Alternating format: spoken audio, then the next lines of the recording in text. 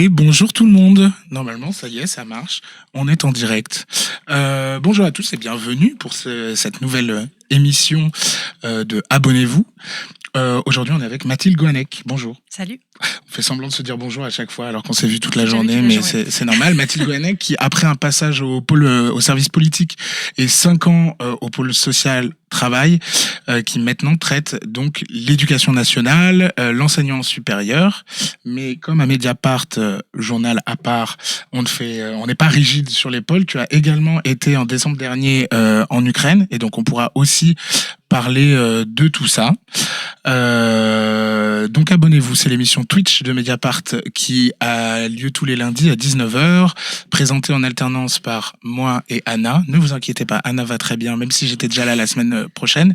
Elle revient la semaine prochaine, elle est juste en vacances parce que nous aussi on prend des vacances de temps en temps et on lui souhaite bien du repos. Voilà, tout à fait. Donc le but de cette émission, c'est que vous puissiez interagir avec les journalistes de Mediapart, connaître les coulisses, leur poser toutes vos questions, mais pas que des journalistes. De temps en temps, il y a aussi des membres de Mediapart qui ne sont pas journalistes. Je rappelle les règles, mais que vous connaissez. Je vois dans le chat, les gens s'inquiètent pour Anna. Non, tout va bien, elle va bien. J'ai l'impression qu'ils préfèrent Anna. Oui, mais c'est sûr, moi-même je la préfère. Et bientôt elle sera là 2 fois de suite, donc vous serez doublement contents. Donc les règles, vous les connaissez, on s'insulte pas dans le chat, on essaie d'être sur le sujet de ce dont on parle, on refuse le sexisme, le racisme, l'homophobie, etc. Sinon, il y a Jade Bourgerie qui est dans le chat sous le nom de Attire Larigot et qui fait le boulot que je fais toute la journée, c'est-à-dire la modération. Mais moi, je le fais pour les articles de Mediapart. Avant de commencer, et le temps que tout le monde arrive, oh merci, il y a des gens qui sont gentils avec moi dans le chat. On va commencer par la désormais traditionnelle revue de presse de Mediapart, donc ce qui est sorti dans Mediapart cette semaine. Et alors, on commence avec un article de David Perrotin. Sale voleur, des habitants chassent violemment des familles roms de leur village. En marge d'une manifestation tenue dimanche à Villeron, dans le Val d'Oise, des habitants ont expulsé des familles roms et ont détruit leur bidonville. Interrogés par Mediapart, les villageois reconnaissent des violences et la participation du maire de la commune. Un autre article de Mathieu Suc, cette fois-ci, l'opération Evelyne, les dessous de l'exfiltration de la journaliste russe qui défie Poutine.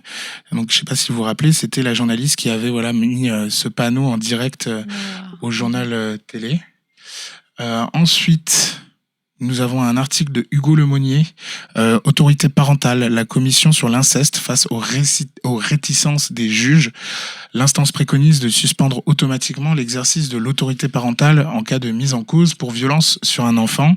Une proposition de loi adoptée jeudi à l'Assemblée va dans le même sens, mais dans les tribunaux, beaucoup sont réticents et ça crée beaucoup de débats en commentaire sur savoir comment protéger les enfants. Ensuite, un article de Fabrice Arfi, Antoine Rouget, Hélène Salvi et Marine Turki. Affaire Dussopt, le document qui ruine la défense du ministre. Contrairement à ce que le ministre du Travail a affirmé tout le week-end, donc le week-end dernier, pas celui-ci mais celui d'avant, la police a bien mis la main lors d'une perquisition chez lui sur des échanges compromettants avec l'un des leaders français de la gestion de l'eau. Les documents dont Mediapart révèlent le contenu est accablant. Il montre des négociations occultes autour d'un marché public que le PNF considère aujourd'hui comme truqué. Et peut-être vous l'avez vu passer, mais il y a également une vidéo qui avait été faite et qui a pas mal tourné, avec Antoine et Fabrice, que vous pouvez continuer à aller voir. C'est en accès libre sur Mediapart et vous pouvez continuer à le partager. Ensuite, récit de manifestation de Ludovic Lamant, en manif, la grève générale est déjà dans tous les esprits. Donc ça, c'est le reportage de la manif de dimanche et qui dit donc les manifestations massives et plus fournies que le 7 février se sont déroulées ce samedi dans toute la France pour contrer la réforme des retraites, tandis que l'intersyndicale appelle à mettre la France à l'arrêt dans tous les secteurs le 7 mars prochain. Reportage dans le cortège parisien. Donc le 7 mars, c'est la veille du 8 mars, hein, et c'est pas un hasard. Et on rappelle quand même qu'il y a une autre date avant, qui est celle de jeudi. Ce jeudi-là, il y a une manifestation, encore une fois, dans toute la France. Ensuite, on est arrivé direct sur Juan Carlos. Quand Emmanuel Macron invite à dîner Juan Carlos, ancien roi devenu infréquentable en Espagne, le chef de l'État invite à dîner ce vendredi. Encore une fois, c'était vendredi passé. L'écrivain Mario Vargas Llosa, qui vient d'entrer à l'Académie française. Sur la liste des invités figure l'ami de ce dernier, Juan Carlos Ier, roi émérite d'Espagne, déchu en 2014 et exilé à Abu Dhabi, pour ne pas ternir l'image de la monarchie. Ternir l'image de la République française, on ne sait pas. Ensuite, un petit favori, Patrick Balkany, donc un article de Michel Deléan. Patrick Balkany a diffusé des photomontages pornographiques d'un élu pour préserver l'image de Levallois. Ivres de vengeance, les Balkany ont envoyé à plusieurs élus et à l'actuel maire de Levallois-Perret des photomontages pornographiques mettant en scène le premier adjoint de la ville. C'était pour le rappeler à l'ordre, quand on a une vie publique, on doit faire attention. C'est justifié l'ancien maire pendant l'enquête. Les époux seront jugés pour atteinte à la vie privée le 4 avril. Et ce n'est pas sans rappeler l'histoire de Saint-Étienne et l'usage de la calomnie en politique. Ensuite, Khadija Zawali est en ce moment même à Marseille, toujours sur les retraites. Les Robins des Bois offrent le gaz contre la réforme des retraites. Dans la région de Marseille, Mediapart a suivi Paul et Marcel, techniciens gaz à GRDF, qui enchaînent les journées de grève et les manifestations. Mais ce n'est pas tout. Ils trafiquent des compteurs de gaz pour que les usagers ne payent que la moitié de leur consommation, voire rien du tout. C'est-à-dire dans Mediapart, sans surprise. Cécile Hautefeuille, un tiers des chômeurs de longue durée sont des seniors. Donc les aides incitatives à leur embauche se réduisent, mais les contrôles de leur recherche d'emploi se renforcent. Les seniors peinent à se réinsérer dans l'emploi, mais le gouvernement veut les voir travailler plus longtemps. Face à eux, des conseillers de Pôle emploi tentent de ne pas tuer l'espoir. Hop, c'est Cécile Hautefeuille. Ensuite, un petit entretien avec Bernard Friot, dont je sais qu'il y a plusieurs fans dans le chat. Donc Bernard Friot, pour gagner, il faut se battre pour élargir nos conquis. Donc dans son dernier livre, Bernard Friot critique les mots d'ordre de l'opposition classique aux réformes et des retraites et à l'appel à élargir la contestation à celle du monde de production en partant de l'esprit fondateur du régime général. C'est un entretien de Romaric Gaudin. Et je crois que c'est fini. Non, c'est pas fini, j'en ai 2 autres. Je fais long à chaque fois, mais il y a tellement de belles choses à lire dans Mediapart. Après le retrait des nicotinoïdes, le coup de pression de la FNSEA. Donc c'est un article d'Amélie Poinceau sur la manifestation qu'il y a eu avec 600 tracteurs dans Paris la semaine dernière pour demander à ce qu'on n'interdise pas les insecticides tueurs d'abeilles. Voilà. Et je fais une petite parenthèse parce que là, on a le premier article de Karine Fouteau en Ukraine. Donc, vous l'aviez vu dans Abonnez-vous il y a quelques semaines nous dire que elle avait des projets d'écriture. Ben, maintenant, on sait.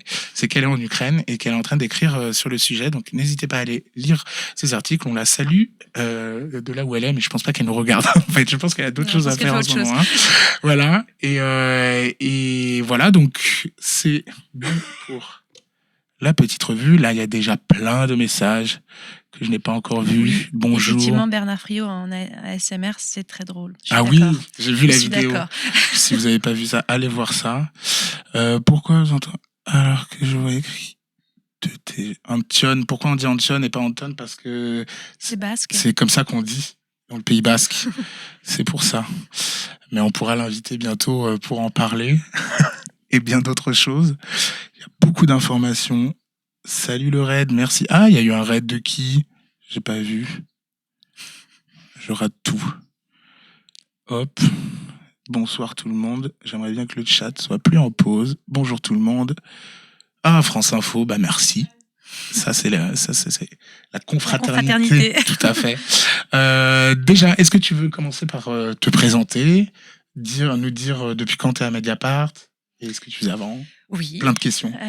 Oui. Donc, je suis à Mediapart depuis 2015. Tu as retracé brillamment mon parcours tout à l'heure. Avant ça, j'ai été pigiste pendant 10 ans. 5 années en France et 5-6 années en France et 3 ans à l'étranger, dont l'Ukraine. Voilà, donc 4 ans à l'étranger, dont l'Ukraine, d'où voilà les ponts qu'on va faire tout à l'heure. Sinon, je suis une fière étudiante de l'IUT de Lannion, de journalisme de Lannion, donc En voilà, Bretagne. en Bretagne. C'est ça. Hein. J'ai fait donc toutes mes études. Natif de Goannec. Voilà. Qui vient de Bretagne. Mon nom de famille ne peut pas mentir. Très bien. C'est à peu près tout ce qu'il y a à savoir sur moi. Et du coup, là, maintenant, tu es sur l'éducation supérieure. Donc, je suis sur l'éducation et l'enseignement supérieur, une rubrique qui était tenue auparavant par Faiza Zerwala, qui s'occupe aujourd'hui des questions de pauvreté. Et donc, juste avant, j'ai fait une incursion aussi au pôle politique, notamment là, pendant la dernière présidentielle. Et c'était super chouette. Trop bien. Et du coup, est-ce que tu as déjà avant qu'on lise l'article, donc on va lire un de tes articles qui s'appelle Contre la réforme des retraites, fac et lycéens entrent peu à peu dans la danse. Je fais semblant de le retenir de tête alors qu'il est juste écrit sur le papier là.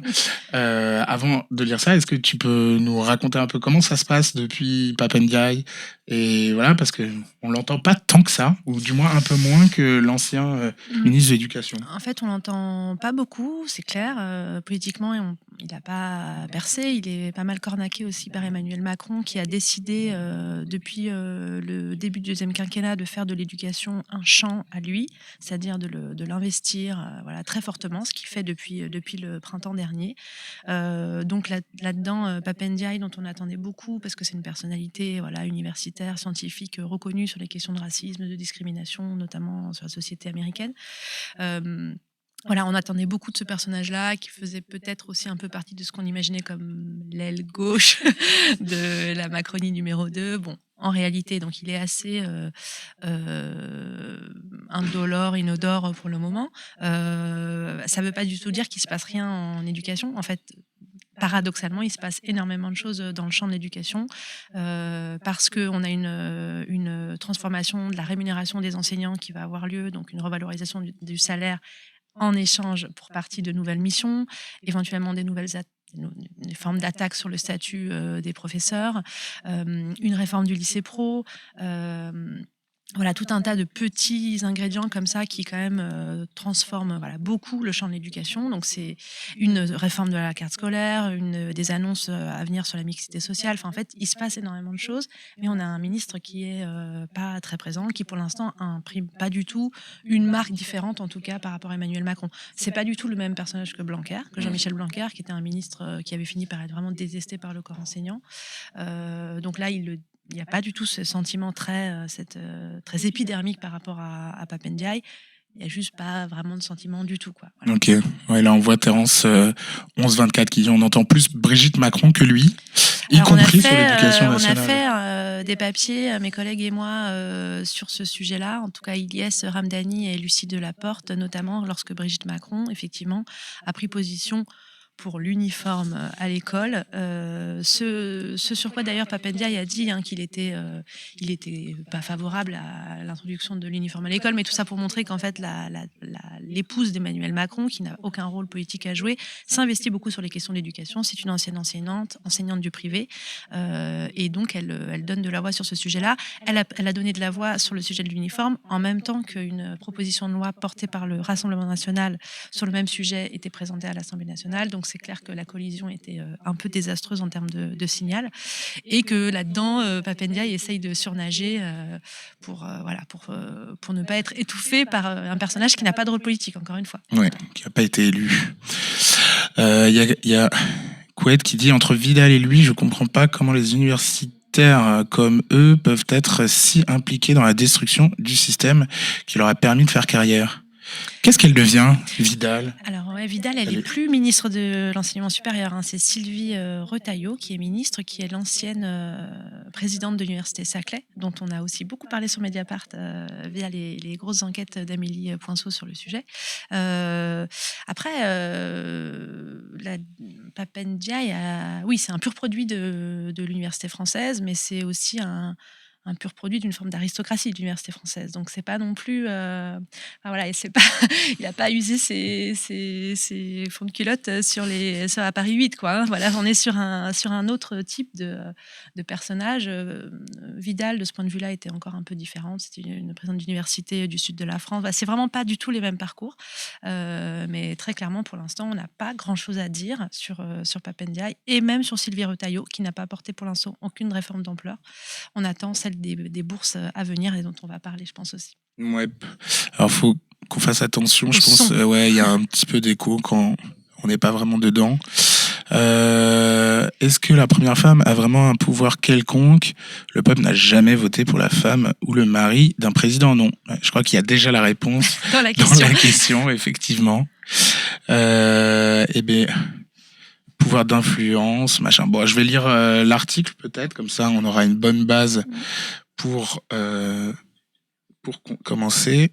Paf, je vous le mets là. Et c'est parti, c'est le moment ASMR. Moins bien que Bernard Friot, évidemment.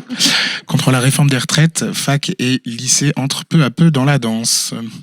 Les jeunes sont présents dans le cortège contre la réforme des retraites, notamment dans les villes moyennes. Ville moyenne, ça veut dire ville... Pas ville moyenne, ça veut dire... Non, ça veut dire dans les petites villes, en tout cas dans les villes universitaires qui ne sont pas les plus en vue. Voilà, que ce soit bien Je rappelle clair, que j'ai fait mes études à Lannion, donc aucun mépris pour les petites villes. Mais sur les lieux d'études, les blocages sont plus timides. La future réforme de bourse dont tu parlais tout à l'heure, ainsi que l'envie d'en découdre des étudiants salariés pourrait changer la donne. Tu nous mets 64, on te met 68. Le slogan s'affiche sur plusieurs pancartes en manifestation à travers la France et a même été tagué au pied du génie de la Bastille à Paris. Pour l'heure, l'ambiance semble plus à la bravade qu'à une véritable menace d'un blocage massif dans les lieux d'études, même si de plus en plus d'universités et de lycées entrent dans la danse contre la réforme des retraites. Entre le 31 janvier et le 7 février 2023, une quinzaine de facultés ont été bloquées et quelques 200 lycées mobilisés. La FAGE, première organisation syndicale étudiante, revendique 180 000 jeunes syndiqués ou non dans les cortèges sur la dernière journée de mobilisation et nous appelons à manifester massivement le samedi 11 février, précise Félix Sosso, son président.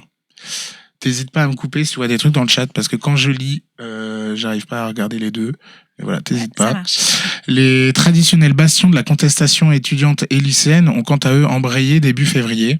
À Rennes 2, des étudiants ont inscrit le 6 février pendant un blocage les lettres en rouge d'un Vive la commune au fronton de l'université, renouant ainsi avec la longue histoire sociale du lieu. Le slogan, peint depuis 20 ans, avait été effacé en 2010. Juste là-dessus, on a une question sur pourquoi Rennes 2 est réputée contestatrice. Comme dans pas mal de grandes villes, il y a toujours eu deux universités à Rennes. C'est un peu comme à Lyon. Et Rennes 2, c'est vraiment la fac des sciences humaines. Et donc, un peu traditionnellement aussi, c'est un gros creuset de la contestation étudiante parce qu'on a beaucoup d'étudiants, sociologie, sciences politiques, lettres, etc. Et donc, c'est vrai que ça a toujours été... moi, voilà, je suis bretonne, donc je peux en parler. Rennes, c'est le lieu où démarrait l'ensemble des mobilisations étudiantes. Ça fait bien au-delà de 20 ans. Hein, voilà. Et cette histoire de Vive la commune, c'est aussi pour ça que je l'ai inscrit. C'est que il y a évidemment des bastions traditionnels de contestation, mais c'est des bastions qui ont parfois été un peu éteints et qui, à intervalles réguliers, redémarrent. Donc voilà, c'est le cas de Rennes 2. Je te laisse. Et on a vu les images là. J'ai préparé un audio sur le blocage de Rennes 2 avec tout le monde. Voilà, ça fait un peu le jeu des 1000 € sur France Inter avec blocage, un peu comme Banco. Mais du coup, de temps en temps, je le calerai. Et après, il y a une autre petite question sur les blocages dans les lycées, mais je te laisse. Vas-y, si tu veux, on a tout le temps. Enfin, en tout cas, il y a une remarque sur le fait que les lycéens n'ont pas le droit de grève. Et donc, pour eux, les manifs le samedi, c'est le seul moyen de se faire entendre. Et je rajouterais que les blocages, en fait, dans les lycées et dans les facs, et dans les lycées en particulier, c'est souvent aussi le seul moyen d'avoir un temps d'expression dédié, un lieu de rassemblement dédié. Donc c'est pas juste pour se faire plaisir et pour entretenir la mythologie étudiante ou lycéenne du blocage. On peut le concevoir, on peut le voir comme ça. Moi, j'ai pas de problème avec ça, mais c'est pas que ça. C'est pas que mettre des poubelles et des chaises devant la porte d'un lieu d'études. C'est pour permettre soit le fait d'être dispensé de cours, puisque la fac est bloquée, soit le fait d'être dispensé de cours parce que le lycée est bloqué. Donc voilà, c'est quand même toute une mécanique qu'il faut pas toujours oublier quand on parle blocage dans les facs et dans les lycées. de la même façon que pour les grèves, c'est aussi pas seulement arrêter le travail, Exactement. mais c'est aussi travailler Exactement. différemment. Faire des AG, se rassembler, avoir des temps dédiés à l'organisation d'un mouvement. Je reprends. Le Mirail à Toulouse, Paris 8 à Saint-Denis, Tolbiac à Paris ou encore Lyon 2 sont de la partie sans retrouver pour le moment les niveaux atteints en 2019 lors de la dernière réforme des retraites. Il y a un problème dans le prisme médiatique, considère Adrien Liénard, trésorier de l'UNEF et par ailleurs étudiant à Lyon 2. Une AG à 1500 étudiants, ça n'arrive jamais au début des mouvements, ça se construit sur un temps long. Dans les lycées, après un démarrage assez fort, les vacances de février, étalées sur 4 semaines selon les zones, entament aussi un peu la dynamique. Les organisations syndicales préfèrent souligner la mobilisation dans les villes étudiantes, davantage sous les radars, moins marquée par une forte histoire militante, dans une configuration assez proche de celle des salariés, avec des cortèges extrêmement fournis dans plusieurs villes moyennes depuis le début du mouvement.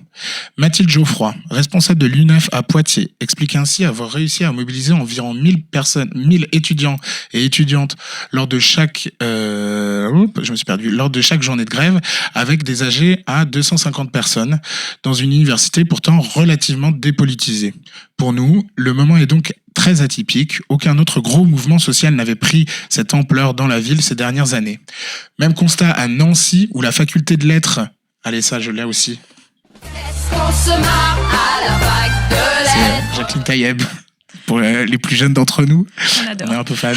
On salue Karl, voilà, je le dis, qui est fan. Donc, j'en étais à la fac de lettres. Donc, même constat à Nancy, où la fac de lettres semble particulièrement engagée. Il y a eu une tentative de fédérer les étudiants autour de la crise Covid, la loi sécurité globale ou sur le coût de la vie, mais c'était quand même rare d'avoir des gros cortèges de jeunes dans les rues de la ville, relate Tom Veloso de l'UNEF, Lorraine.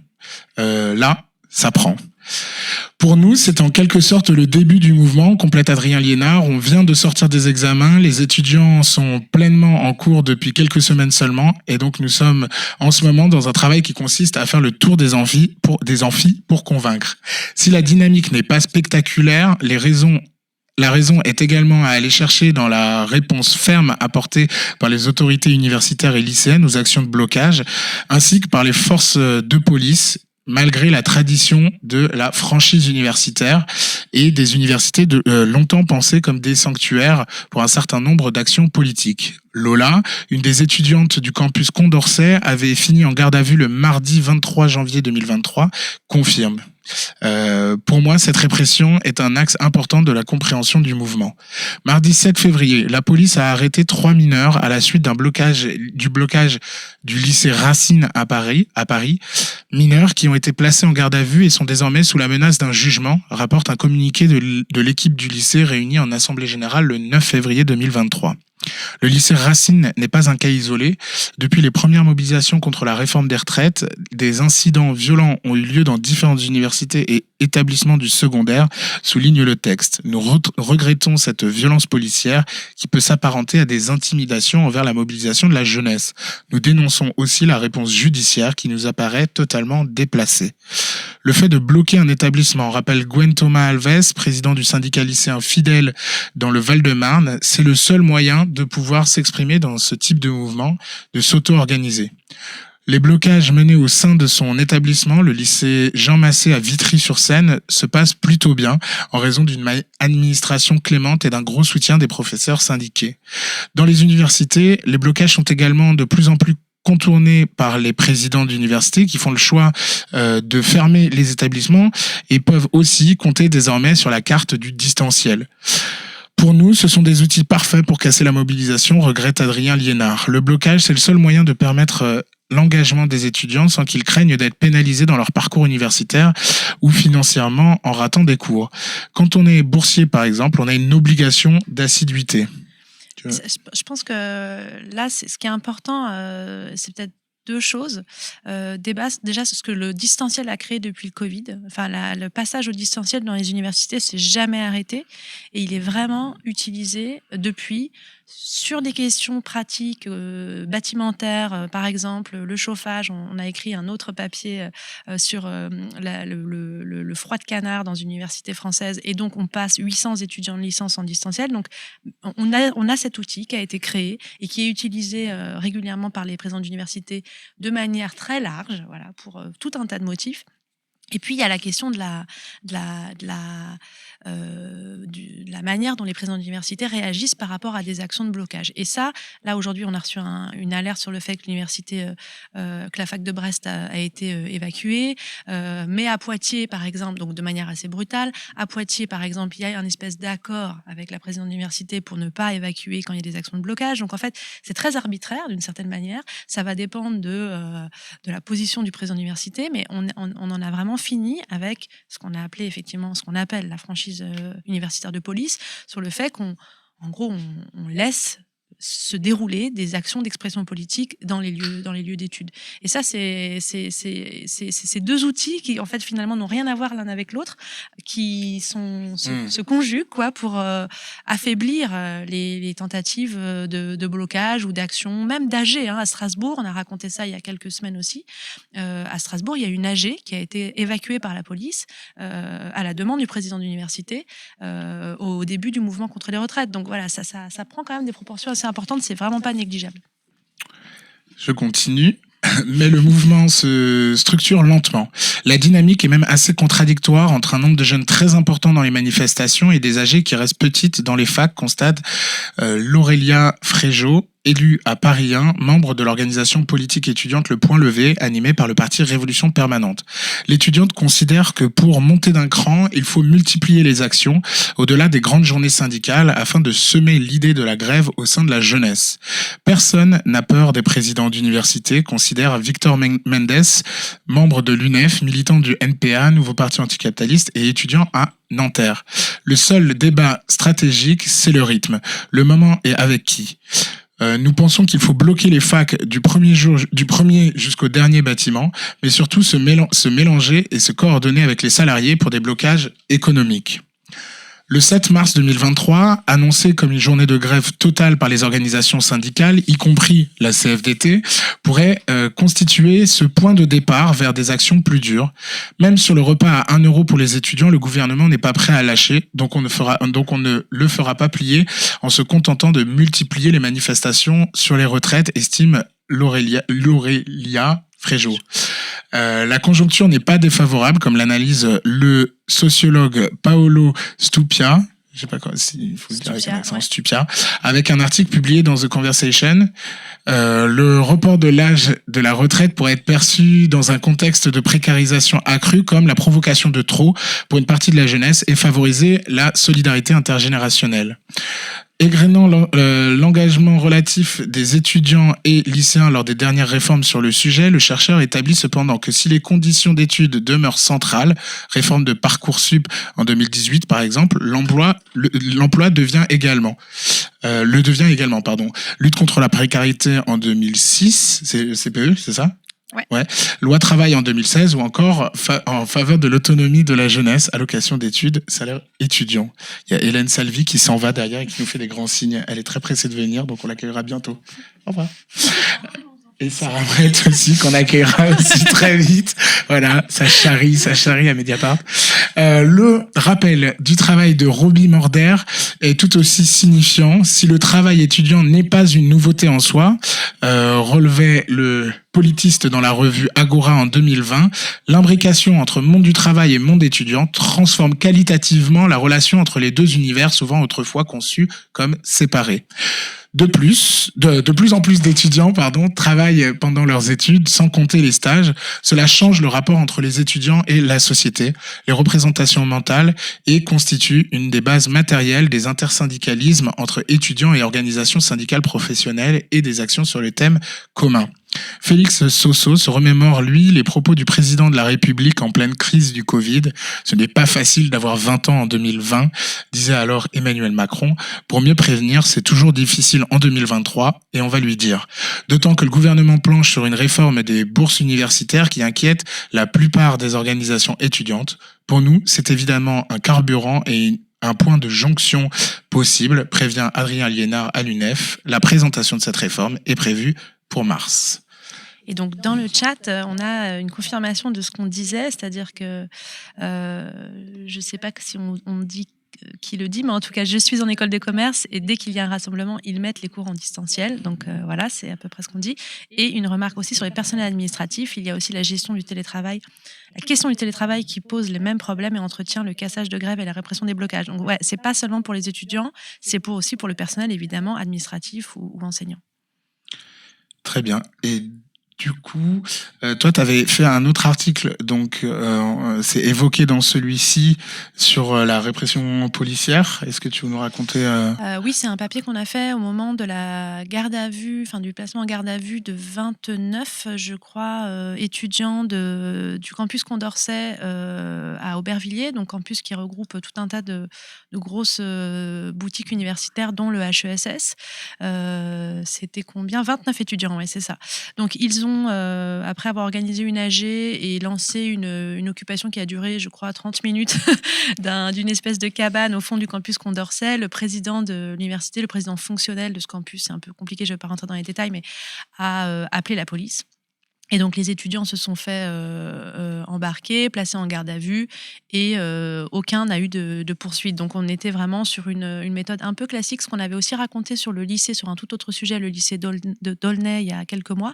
Un placement en garde à vue un peu préventif, c'est-à-dire pour mettre un petit coup d'intimidation. Ça a été reconnu comme tel, hein, parce que les présidents des universités qui sont abritées par le campus Condorcet, et notamment le président de l'EHESS, était assez troublé par cette affaire, au regard même de dont on a parlé précédemment, c'est-à-dire la franchise universitaire de police. C'est-à-dire c'est un peu c'est une tradition, mais plus qu'une tradition, quoi. C'est assez lourd, en fait, dans la manière dont on appréhende les universités comme des lieux d'expression politique.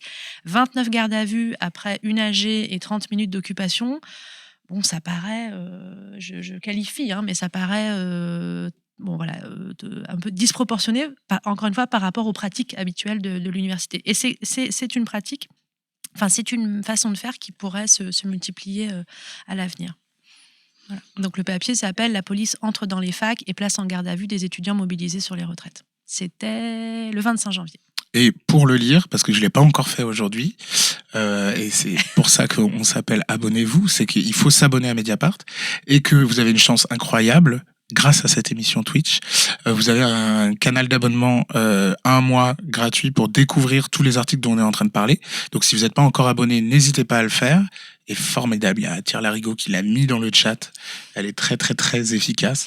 Et donc c'est 1 mois gratuit, sans reconduction de l'offre. Donc voilà, il n'y a même pas besoin de mettre ses données bancaires. Donc il n'y a pas de raison de ne pas s'abonner, comme je le dis chaque semaine, pour aller retrouver tous ces articles. Et n'hésitez pas à poser vos questions dans le chat directement à Mathilde. Là, il y a Landerneau66 qui dit c'est pas sacré dans ce domaine, les enceintes d'université. Ouais. Si, est-ce que tu sais toi de quand ça date ce truc, parce qu'il me semble que ça date du XIIe siècle. Oui, c'est ça, c'est un truc hyper vieux. Je l'ai appris au moment où j'ai fait l'article.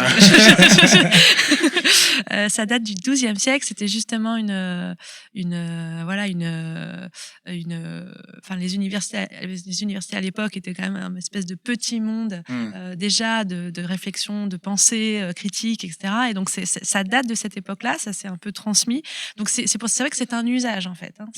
C'est un usage parce que par ailleurs les présidents d'université sont responsables de la sécurité à l'intérieur de leur établissement. Donc ils peuvent pas tout laisser faire, évidemment. Et donc, c'est eux qui ont le droit d'intervenir. C'est-à-dire que si la police entre, c'est uniquement sur ordre sur demande du président de l'université, avec l'accord du préfet. D'accord.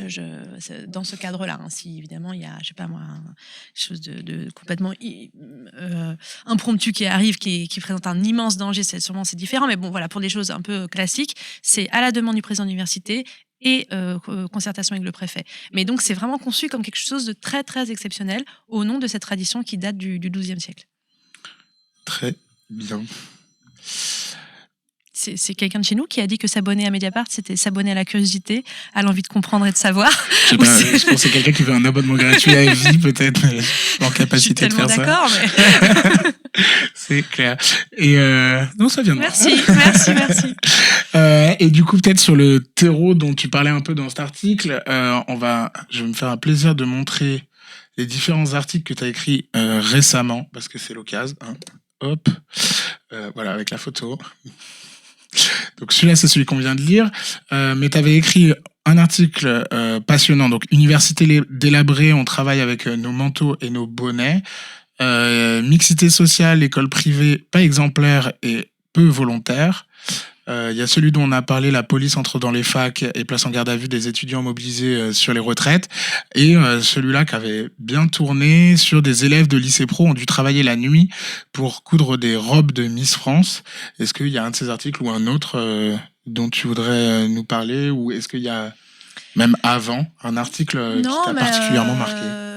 Peut-être pour rester sur le thème de l'université, puis après on pourra passer à l'éducation, parce que c'est quand même plus le gros cœur de mon travail. Mais sur l'université, c'est vrai que ce papier, on est un peu dans la même veine, c'est-à-dire on travaille avec nos manteaux et nos bonnets. C'est sur l'université Paris-Est Créteil. Je ne sais pas si vous voyez l'article, parce que ce qui est pas mal, c'est peut-être de voir les photos. Alors, pour les usagers de l'université française, peut-être ça va vous sembler tout à fait familier, et ce n'est pas une bonne nouvelle. Normalement, il n'y a pas de seau dans les couloirs des universités, il n'y a pas de faux plafond qui s'effondre, et les toilettes sont en service. Donc voilà, donc tout ça, cette petite mauvaise blague pour dire que là, on était sur une situation un peu, qu'on appelle ça, symbolique, mais exacerbée, c'est-à-dire donc une université de banlieue parisienne. C'est une immense université, hein. Il y a énormément de bâtiments à peu près dans tout le quart sud-est de l'Île-de-France, donc c'est un énorme bâti à gérer. Et cette université se trouve au-dessus du métro Créteil-Léchat. C'est un vieux bâtiment qui date des années 70, qui est loué à un bailleur privé, 2 millions d'euros par an. Donc c'est énorme. Et le bâtiment est dans un état déplorable, à tel point qu'il faisait moins de 10 degrés dans les salles de cours cet hiver. Et donc l'université a décidé, je pense honnêtement la mort dans la main, de placer les étudiants de licence, 800 étudiantes de licence, puisqu'il s'agit des sciences de l'éducation, c'est majoritairement des étudiantes en distanciel. Et les seuls étudiantes qui restent sur place sont les étudiantes de master dans les étages chauffés. C'est pour vous dire qu'on est sur un niveau de finesse et d'administratif assez incroyable. Et donc évidemment, il y a eu une mobilisation là, parce que des faux plafonds se sont effondrés dans les bureaux d'une enseignante chercheuse. Et donc ce qui a provoqué un nouvel émoi. Mais ça fait à peu près 10 ans que l'université est dans cet état. Et la situation est devenue un peu intenable, justement parce que l'université se retrouve en tenaille entre ce bâtiment totalement délabré, le bailleur privé, enfin le propriétaire privé ne veut pas faire les travaux, l'université française n'a absolument pas la capacité d'absorber des factures de chauffage qui se chiffrent à des millions d'euros, vu que c'est une passoire énergétique. Donc en fait, dans cet article, je trouve ça intéressant, c'est qu'on a un peu les cocktails de tous les maux de l'université, un bâti vieillissant, des bâtiments d'un point de vue thermique complètement à la rue, des étudiants toujours plus nombreux. Donc en fait, on a les universités n'ont pas du tout la capacité à absorber cette masse d'étudiantes et d'étudiants qui rentrent chaque année. Et donc, ça crée ce genre de situations qui sont quand même un peu honteuses, je veux dire, au regard de ce que doit être l'enseignement supérieur en France. Et des étudiantes et des enseignants le disent dans l'article. Une étudiante, je crois que c'est Sarah ou Léna ou Fatoumata, dit moi, j'ai pas envie de venir étudier là, en fait. Je me sens pas considérée comme étudiante. Moi, j'aime aller dans des bibliothèques universitaires, j'aime que ça soit un environnement studieux. Là, bon, il fait froid, il y a rien, il y a aucun bâtiment convivial fait pour nous accueillir ou pour travailler. Et une enseignante dit c'est une forme de mépris, en fait, de déconsidération sur notre travail. Ce que notre travail vaut, c'est ça. Voilà. Ce que nos études valent, c'est ça. C'est terrible parce que ça rappelle un tout petit peu des articles qu'on lit sur l'hôpital, ça rappelle un petit peu des articles qu'on lit sur les services publics, et de se dire mais en fait est-ce que à la fin c'est pas le privé qui gagne avec ceux qui peuvent qui en sortent, enfin qui sortent de l'université publique. Là c'est de l'université publique. Alors c'est clairement un champ d'enquête pour nous à venir, un peu documenter et chiffrer cette bascule qui commence à s'opérer du public vers le privé, y compris dans le supérieur. Le phénomène est très bien documenté dans le premier degré. Donc voilà, il y a des articles dont tu as parlé qui traitent de cette question récemment publiés sur Mediapart, mais dans le supérieur, c'est un peu un impensé. On voit se développer depuis longtemps les écoles de commerce privé, etc. Mais maintenant, des formations en droit, des bachelors, des masters exécutifs, etc. qui font le plein. Honnêtement, aujourd'hui, je suis pas capable de vous dire l'état du balancier, mais c'est quelque chose qu'il faut absolument surveiller, parce que c'est clair que quand on est étudiante en licence 3 dans ce genre d'environnement, on peut avoir envie si on en a les moyens, de mettre les voiles. Je pense que finalement c'est un mauvais exemple, ça, parce que c'est beaucoup des étudiantes d'origine populaire dans une université qui est connue pour ça, l'université Paris-Créteil, et aussi une université qui accueille encore beaucoup d'étudiants des milieux populaires. D'accord. Alors, on va reprendre le chat. Là, il y a j'ai une question de Ozimadi Chai. Si je le dis mal, vous m'excusez. Est-ce que c'est passionnant d'être journaliste éducation? Il y a vraiment beaucoup de choses à dire. Comment choisir les thèmes? Alors, est-ce que tu aimes ton boulot? Est-ce que tu aimes ta boîte? Ouais. Non, si, c'est super. C'est un choix de passer à la rubrique éducation. Donc, moi, je suis ravie. C'est un secteur qui m'intéresse beaucoup. Je pense qu'il y a beaucoup de choses à y dire. Alors, en fait, il y a vraiment... je sais pas si je comprends bien la question. Est-ce qu'il y a vraiment beaucoup de choses à dire ou est-ce qu'il y a vraiment beaucoup de choses à dire?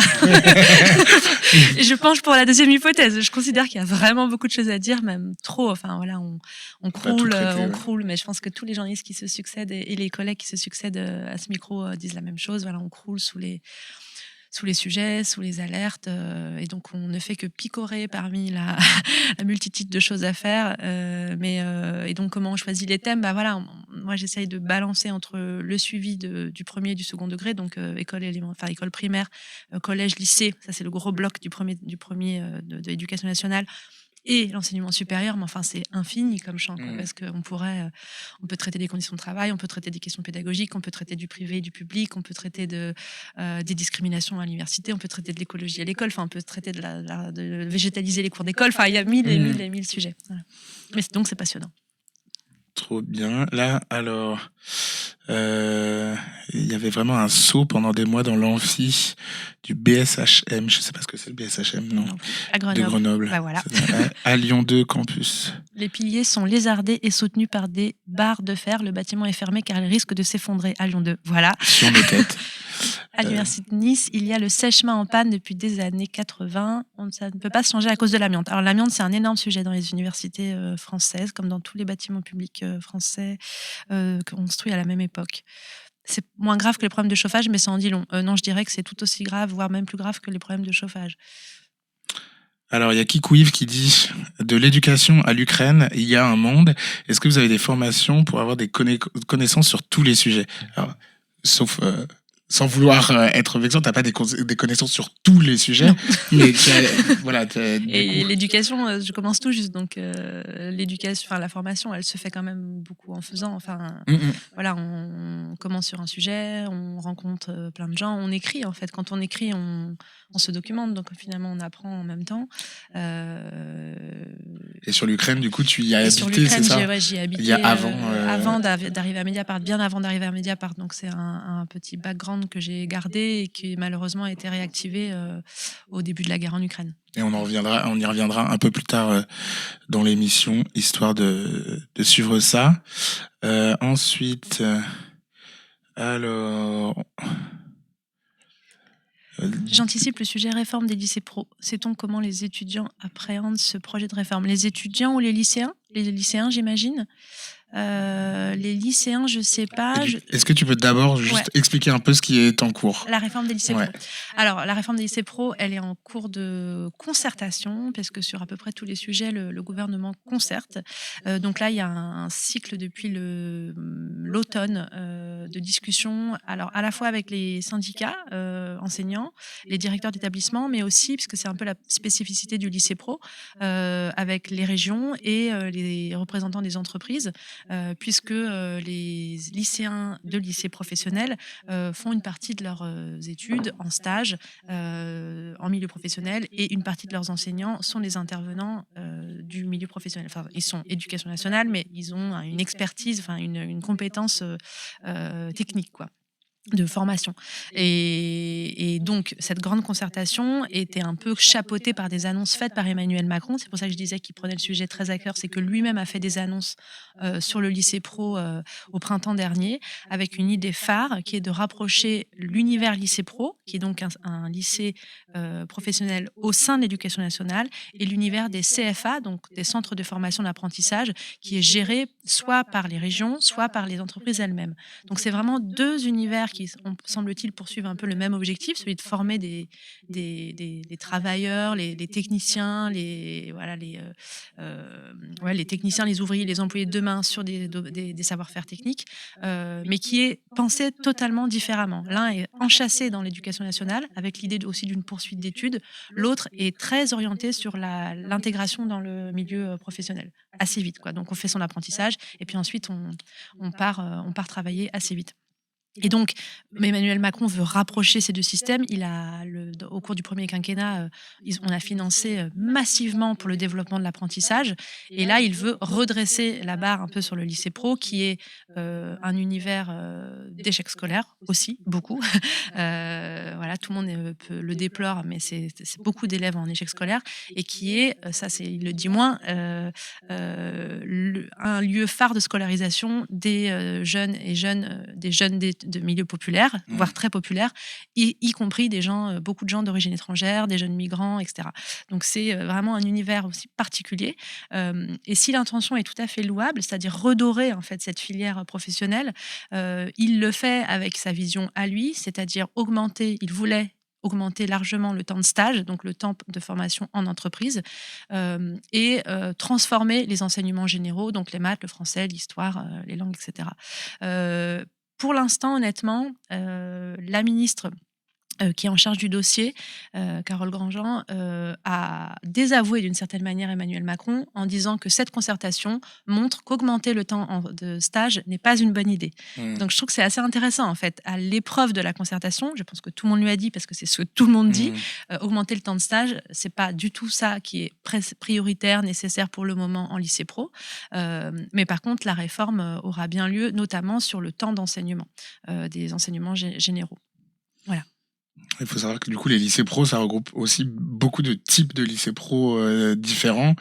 Moi, dans une autre vie, j'ai bossé en lycée pro où c'était donc vente, commerce, accueil. C'est pas là du tout la même chose que d'autres lycées pro qui vont être, je sais pas, de l'ébénisterie ou des métiers. Du coup, ça recouvre plein de réalités sociales. En fait, c'est aussi un des enjeux de la réforme, c'est de transformer l'offre de formation pour la faire davantage collée aux besoins du marché de l'emploi. Pareil, c'est une logique qui n'est pas celle du lycée pro. Le lycée pro veut former sur des compétences assez larges pour permettre des intégrations, des allers-retours dans le milieu professionnel. Quand les CFA sont dans une logique beaucoup plus adéquationniste, on apprend sur un lieu de travail, donc on apprend une manière de faire, et effectivement, ça va favoriser l'insertion professionnelle à court terme. C'est plus compliqué pour le long terme. Mais donc, donc, du coup, on va avoir des lycées pro qui sont des lycées d'excellence. On se souvient d'Emmanuel Macron visitant un lycée sur les questions nautiques au Sable d'Olonne. C'est des formations techniques ultra pointues, super valorisées. Les formations commerce, gestion le sont beaucoup moins. Donc, on a aussi des gros écarts, en fait, entre les lycées professionnels. Alors, de moins en moins, paraît-il. À une époque, vraiment, la filière vente, notamment accueil, c'était des filières pour les gens qui savaient pas quoi faire, etc. Donc, c'est de moins en moins le cas. Mais c'est vrai que... N'empêche qu'ils vont enfermer un paquet, en fait, Ouais, parce que les régions veulent plus financer des formations vente, commerce, gestion, parce qu'on a des formations aussi dans le supérieur qui maintenant court-circuitent un peu la voie lycée pro.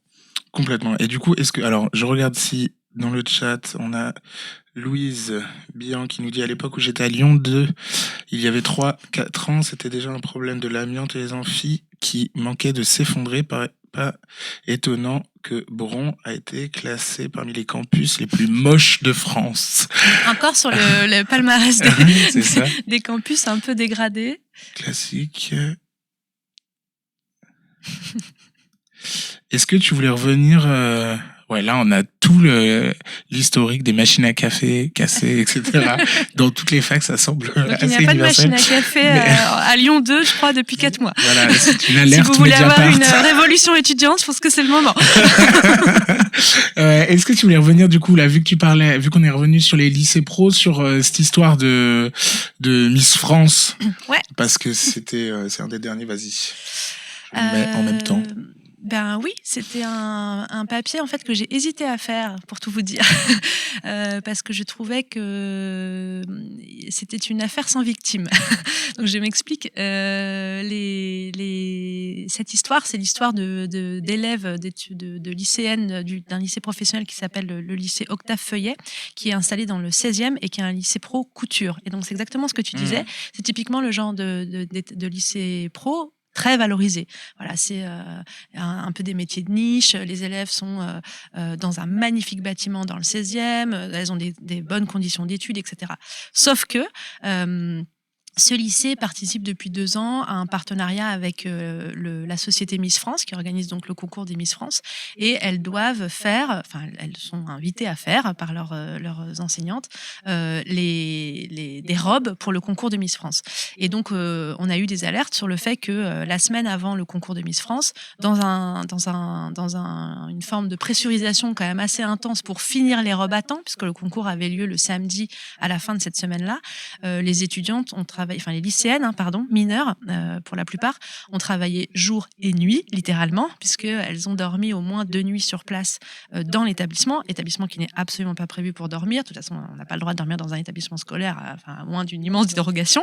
Voilà, donc on a été alerté là-dessus. Le rectorat a dû intervenir pour demander à la principale à la proviseure du collège, du lycée, de renvoyer les élèves chez elle le dernier soir. Et ce qui nous intéressait dans cette histoire, je pense que les élèves étaient, alors manifestement selon des sources en interne, elles étaient épuisées, littéralement épuisées par cette semaine, mais aussi très fières en fait d'avoir participé au concours de Miss France. C'est pour ça que je dis que c'est une affaire sans victime. Parce que ce qui est intéressant, c'est que cette expérience, alors que le rectorat savait qu'il y avait eu très clairement des débordements, en tout cas des manquements à la règle, mais alors dans tous les sens, cet exemple, la participation à Miss France, a été valorisée jusqu'à Carole Grandjean, donc la ministre de l'enseignement et de la formation professionnelle. Messages et tweets du rectorat saluant ce lycée de couture qui fait rayonner le savoir-faire français, fait rayonner les lycées pro, ces lycées pro que Emmanuel Macron veut valoriser jusqu'au concours de Miss France, alors que, et peut-être on peut le faire défiler, ce que dit un membre de l'équipe pédagogique dans le papier, c'est que ce qui est important en lycée, et en lycée professionnel en particulier, c'est aussi d'apprendre aux élèves à dire non, en fait, à dire non à des horaires insensés, à dire non à des journées de travail à rallonge, en fait, à encadrer l'appréhension qu'on va avoir du monde professionnel, du monde du travail. C'est aussi ça la fonction du lycée pro, en fait, c'est de dire voilà, ça c'est autorisé, ça ce n'est pas autorisé. Un patron peut vous demander ça, un patron ne peut pas vous demander ça. Et là, en fait, c'est à l'intérieur même du lycée professionnel qu'on intègre le fait qu'on peut, pour répondre à une commande manifestement mal calibrée, travailler jour et nuit en dépit de toutes les règles de sécurité, d'hygiène, enfin bon, de base quoi, dans le monde du travail et a fortiori dans un milieu scolaire. Voilà. Je trouve que ce papier est intéressant pour ça. Très bien. Alors, on a GG le sang qui dit bonsoir. Salut, bienvenue à toi. Hop, je remets ça. On n'a pas énormément de questions, donc n'hésitez pas dans le chat si vous avez des questions pour Mathilde. Petit écho. Ouais, ça, on n'arrivera pas pardon. on n'arrivera Je pas. ne sais pas si je parle bien en face du micro. Peut-être qu'il faut que je sois plus disciplinée. Est-ce que c'est mieux comme ça? Je crois que tu as une question sur ton t-shirt également. C'est quoi ce t-shirt? Merveilleux. Waouh, ça j'adore, parce qu'on en rêve tous. Si Mathilde était ministre de l'Éducation, quelles seraient ses premières mesures? Je ne serai jamais ministre de l'Éducation, Dieu m'en garde. Non, mais par contre, quelles seraient ses premières mesures? Je ne sais pas du tout, mais je pense qu'un des gros sujets là, du ministre actuel sur l'éducation nationale, c'est quand même de répondre à cette question fondamentale du public et du privé. On a beaucoup de signes qui montrent que les équilibres en termes de mixité sociale entre le public et le privé sont en train de s'aggraver, enfin le déséquilibre est en train de s'aggraver gravement, et je pense que c'est une question qui ne peut plus ignorer. Donc voilà, si j'étais à minima une conseillère com, je lui dirais de s'en occuper. En tout cas, nous, ça nous intéresse, donc on va continuer à travailler sur le sujet. Ah, une opinion sur l'uniforme à l'école? Est-ce que tu es là pour donner ton opinion? Non, je ne suis pas du tout là pour donner mon opinion, mais par contre pour rapporter des faits, et on l'a rappelé dans un papier, donc l'uniforme n'a jamais existé à l'école. Les élèves portaient des blouses pour éviter de tacher les rares vêtements qu'ils avaient dans l'ancien temps. L'uniforme à l'école, c'est à la marge d'une pratique de l'école privée, en fait. Et donc quand Brigitte Macron parle de la jupette et du blazer, je pense qu'elle fait référence à sa propre éducation et à son propre parcours dans l'école privée. Tout à fait. Vu que dans une autre vie, j'ai habité en Angleterre, là-bas, il y a une forme d'uniforme qui ne résout pas les problèmes sociaux qui sont derrière l'uniforme. Mais là, moi, j'ai le droit parce que je suis pas journaliste. Du coup, je me permets.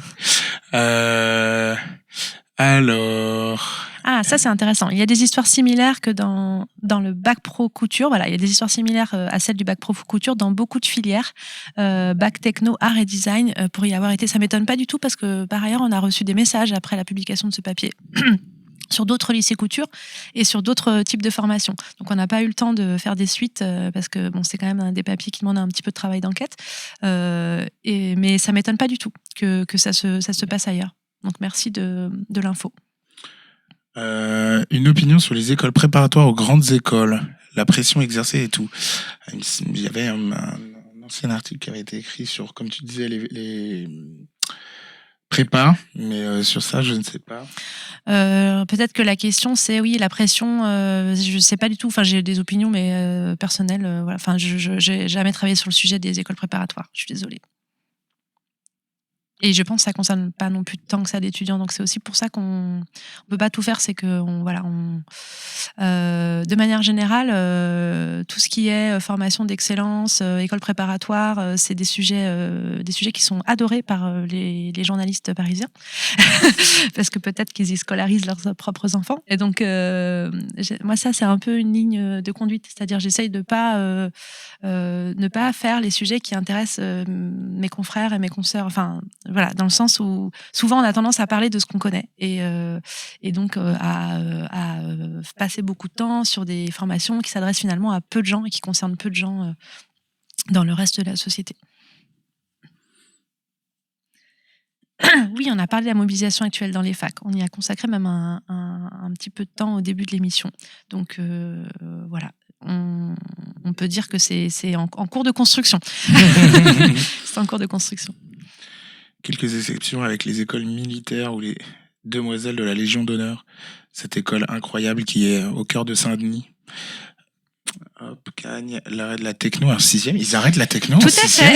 Mais comment on va faire pour se fournir en porte-clés lumineux? Tout à fait. Ils arrêtent la techno en 6e et tu ris, mais c'est pas du Non, tout drôle. Vrai, non. Parce que, en fait, les professeurs de techno, les principaux de collège ont appris ça du jour au lendemain.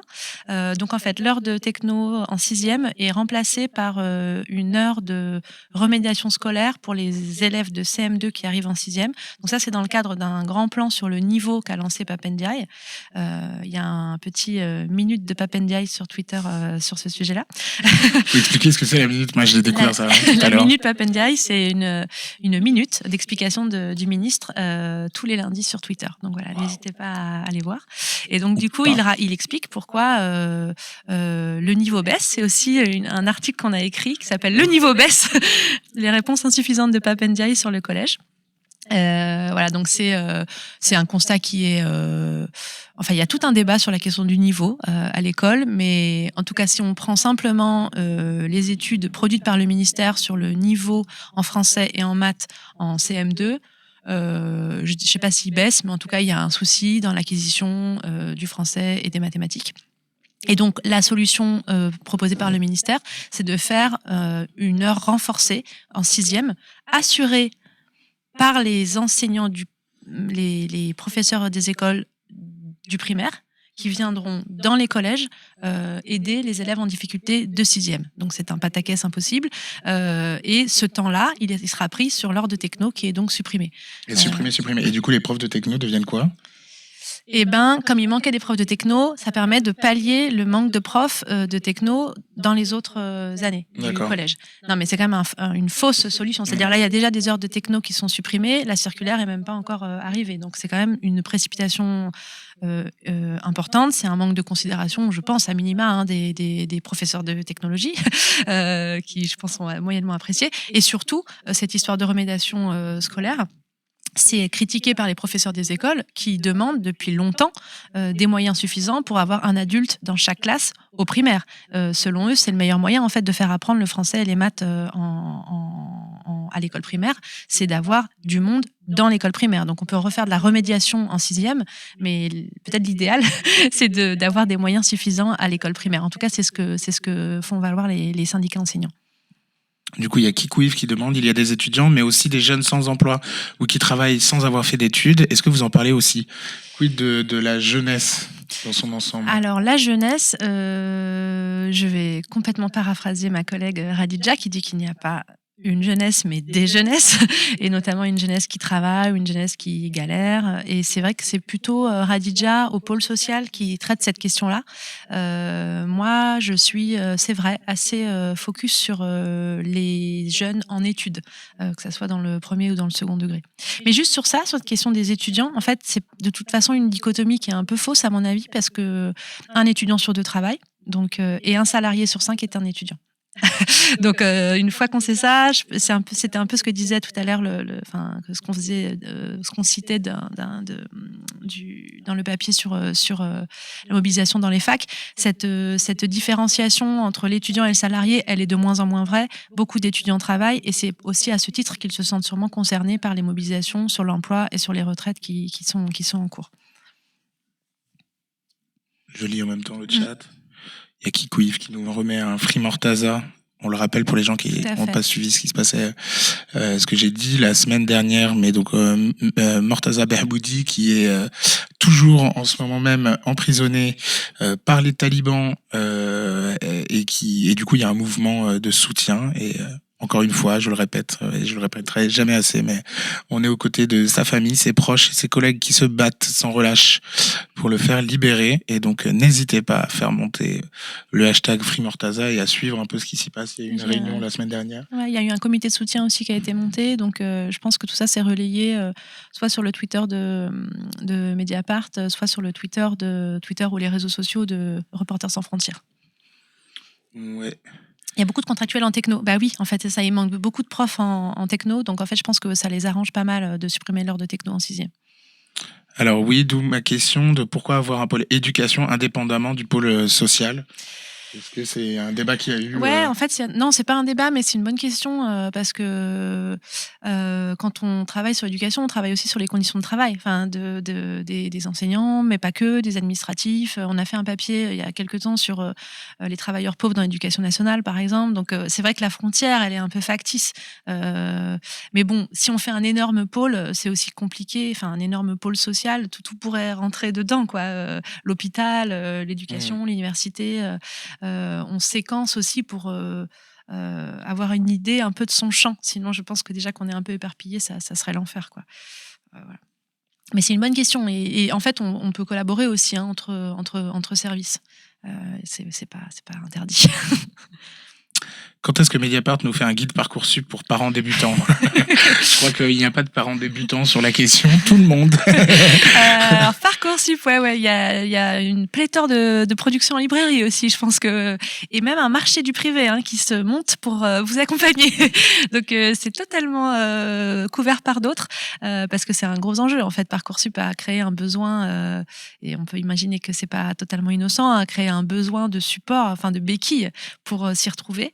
Et faire valoir en fait les bons points dans la constitution de dossier, dans la manière de faire les choix. Donc tout ça, c'est un marché qui s'est développé et c'est problématique. En tout cas, c'est à regarder de près. Donc nous, on va pas faire ça.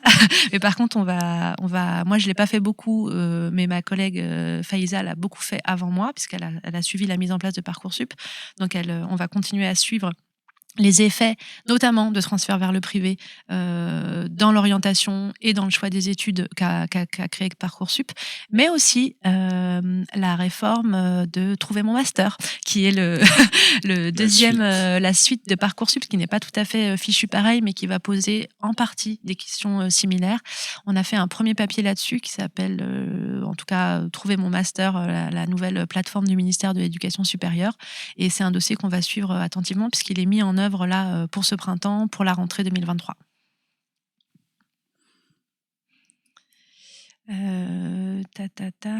Alors, il faudra un système comme les retraites, mais pour les études. Hop. Est-ce que le mouvement s'étend dans les facs? On en a parlé tout à l'heure déjà. Mais... J'ai dit c'était en construction, je me répète. En tout cas, ce qu'on n'a pas dit peut-être, c'est effectivement que le 7 mars est, à mon avis, clairement un horizon pour les facs aussi.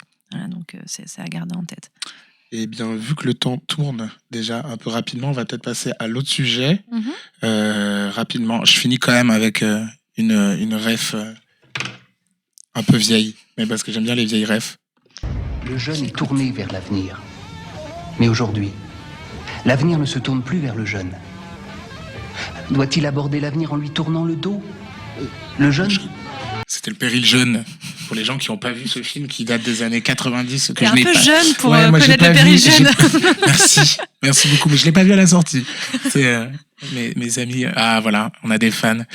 Regardez Le Péril jeune, c'est un film à regarder en plus en période de mouvement social, parce que c'est un film à regarder tout le temps. Voilà. Je crois que c'est le premier film de Romain Duris. Donc on voit Romain Duris jeune. Quelque chose à dire sur Romain Duris. Je pense qu'il faut mieux le voir là. Voilà. Et du coup, sans transition aucune, on va revenir un peu plus sur le deuxième sujet que tu as pas mal traité, donc sur l'Ukraine, parce que comme on l'a déjà dit, tu y as habité il y a quelques années. Et je vais mettre... Non, pas tout de suite. Je vais mettre... donc, ça remonte au mois de décembre. Déjà, est-ce que tu veux nous raconter comment ça s'est organisé, que tu ailles en Ukraine et ce que tu as fait là-bas? Eh bien, en fait, j'ai commencé à retravailler sur l'Ukraine le 24 février 2022, puisque on s'est tous un peu mobilisés dans la rédaction pour couvrir le début de la guerre. C'était un peu quand même un peu la panique, y compris éditorialement, c'est-à-dire comment on traite une guerre aux portes de l'Europe qui tombe dessus, qui tombe sur la tête des Ukrainiens et par extension qui pose tout un tas de questions hyper importante pour le continent tout entier. Et donc, c'est vrai que comme j'ai gardé pas mal de contacts, j'ai un peu réactivé tous ces contacts pour déjà décrire, en fait, simplement ce qui se passait à Kiev, ce qui se passait dans les autres villes du pays, à Kharkiv, à Odessa, voilà, comment s'organisait aussi le départ, en fait, de l'Ukraine et l'arrivée dans les pays voisins. Donc, tout ça à distance, donc avec les limites que ça comporte. Donc, beaucoup de témoignages. On a travaillé aussi assez vite sur la question du féminisme et de l'Ukraine, parce que moi, c'est un sujet qui m'intéresse pas mal. Sur les femmes dans l'armée, donc voilà, toutes ces questions-là, et sur par l'angle de la société ukrainienne, parce que moi j'ai pas du tout de plus-value sur les questions militaires, mais par contre je connais un peu la société ukrainienne pour avoir travaillé et vécu 3 ans dans le pays, Voilà. Et donc du coup, comment ça s'est fait pour repartir j'avais envie d'y retourner, mais c'est quand même un peu complexe, quoi, de partir. Dans un pays en guerre, il faut trouver aussi les bonnes idées de reportage pour pas y aller pour rien. Et donc j'ai proposé de partir entre fin novembre et début décembre pendant 15 jours. Je sais pas, qu'est-ce que tu veux que je te dise. J'ai fait des papiers sur pareil, des papiers de terrain, quoi, pour décrire l'arrivée des réfugiés donc à Odessa qui par ailleurs était lancé dans une vaste tentative de protection en demandant l'inscription au patrimoine de l'UNESCO, inscription qu'ils ont eue récemment, pensant peut-être que ça les protégerait des bombes russes. C'est plutôt le grand port céréalier qui protège la ville en réalité. Ensuite, on est remonté avec le photographe vers la partie à l'ouest de la région de Kherson, donc à Mykolaïv. Donc là, pour travailler plutôt sur la question d'un hôpital accueillant des militaires, donc pour avoir aussi des échos du front par ce biais-là. Et puis en remontant ensuite vers Dnipro, entre Kiev et Mykolaïv, donc la question des villages bombardés avec des phénomènes de collaboration, d'occupation qu'il fallait décrire, qui étaient intéressants à décrire, des bombardements, décrire simplement ce que fait un bombardement qui vient d'avoir lieu et qui détruit des maisons que les gens essayent de reconstruire. Moi, j'étais très frappée, en fait, très émue par cette espèce c'est même pas de la résilience, quoi. On est au-delà de la résilience. On est sur l'immédiateté de la remise en route de la population ukrainienne. C'est assez sidérant. Et puis après des sujets plus de fond quand même notamment sur la question de la communauté LGBT, mais aussi sur la question du patrimoine culturel, des musées notamment, et encore une fois de la question de la collaboration autour des musées et des institutions culturelles ukrainiennes. Voilà, c'est à peu près ça que j'ai fait. Et du coup, il y a une question là qui nous demande si tu parles ukrainien et russe. Je parle russe, je parlais plutôt pas mal russe, j'ai pas mal perdu, mais je continue à parler russe et je comprends quelques mots en ukrainien. En fait, l'Ukraine est un pays bilingue, reste un pays bilingue, même s'il y a une grosse politique d'ukrainisation qui me semble logique, hein, mais en tout cas, quand j'y étais, on pouvait parler russe à peu près partout. Beaucoup de gens parlaient en russe.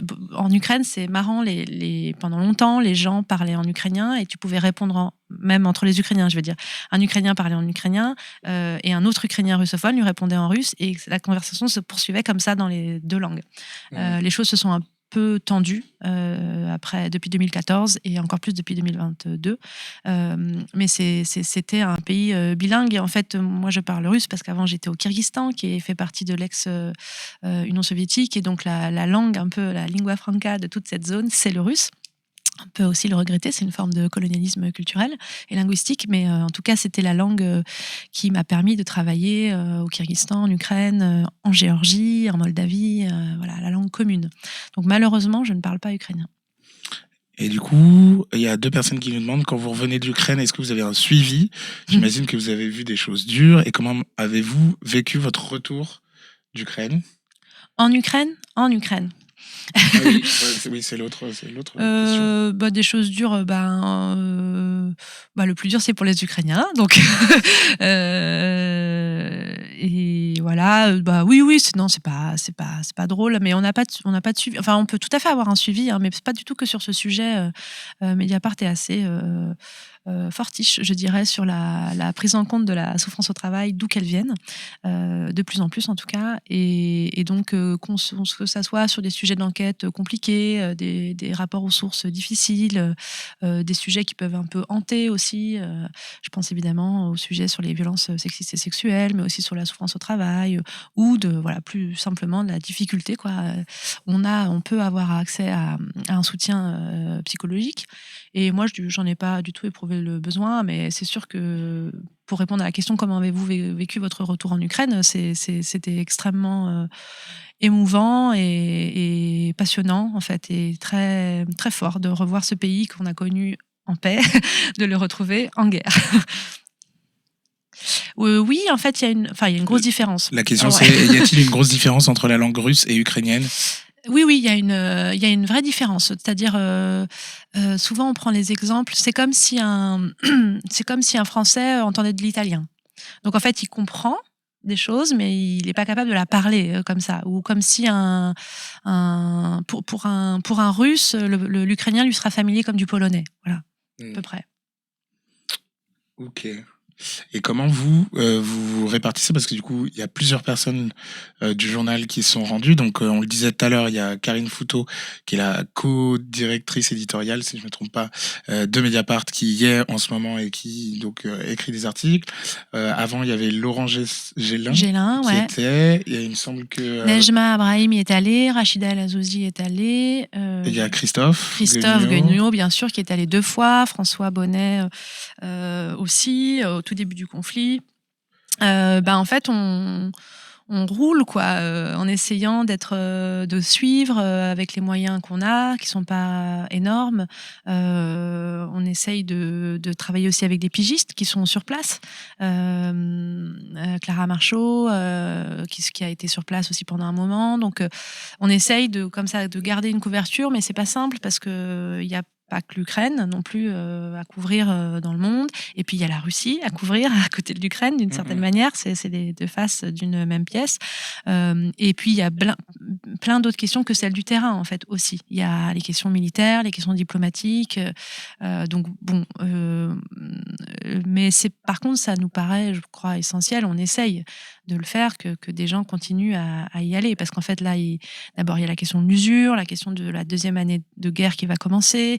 Si la situation s'arrange, et ce que j'espère profondément, il y aura la reconstruction, la transformation de ce pays qui va être massive, la transformation de tout l'espace post-soviétique, de la Russie elle-même évidemment, ce qui va être incroyable à raconter. Donc en fait c'est une histoire longue, et ça demande une réorganisation un peu de la rédaction sur ce. Donc c'est ce qu'on fait, et c'est ce qu'on fait à peu près sur tous les événements de ce type, c'est-à-dire le Covid de la même manière.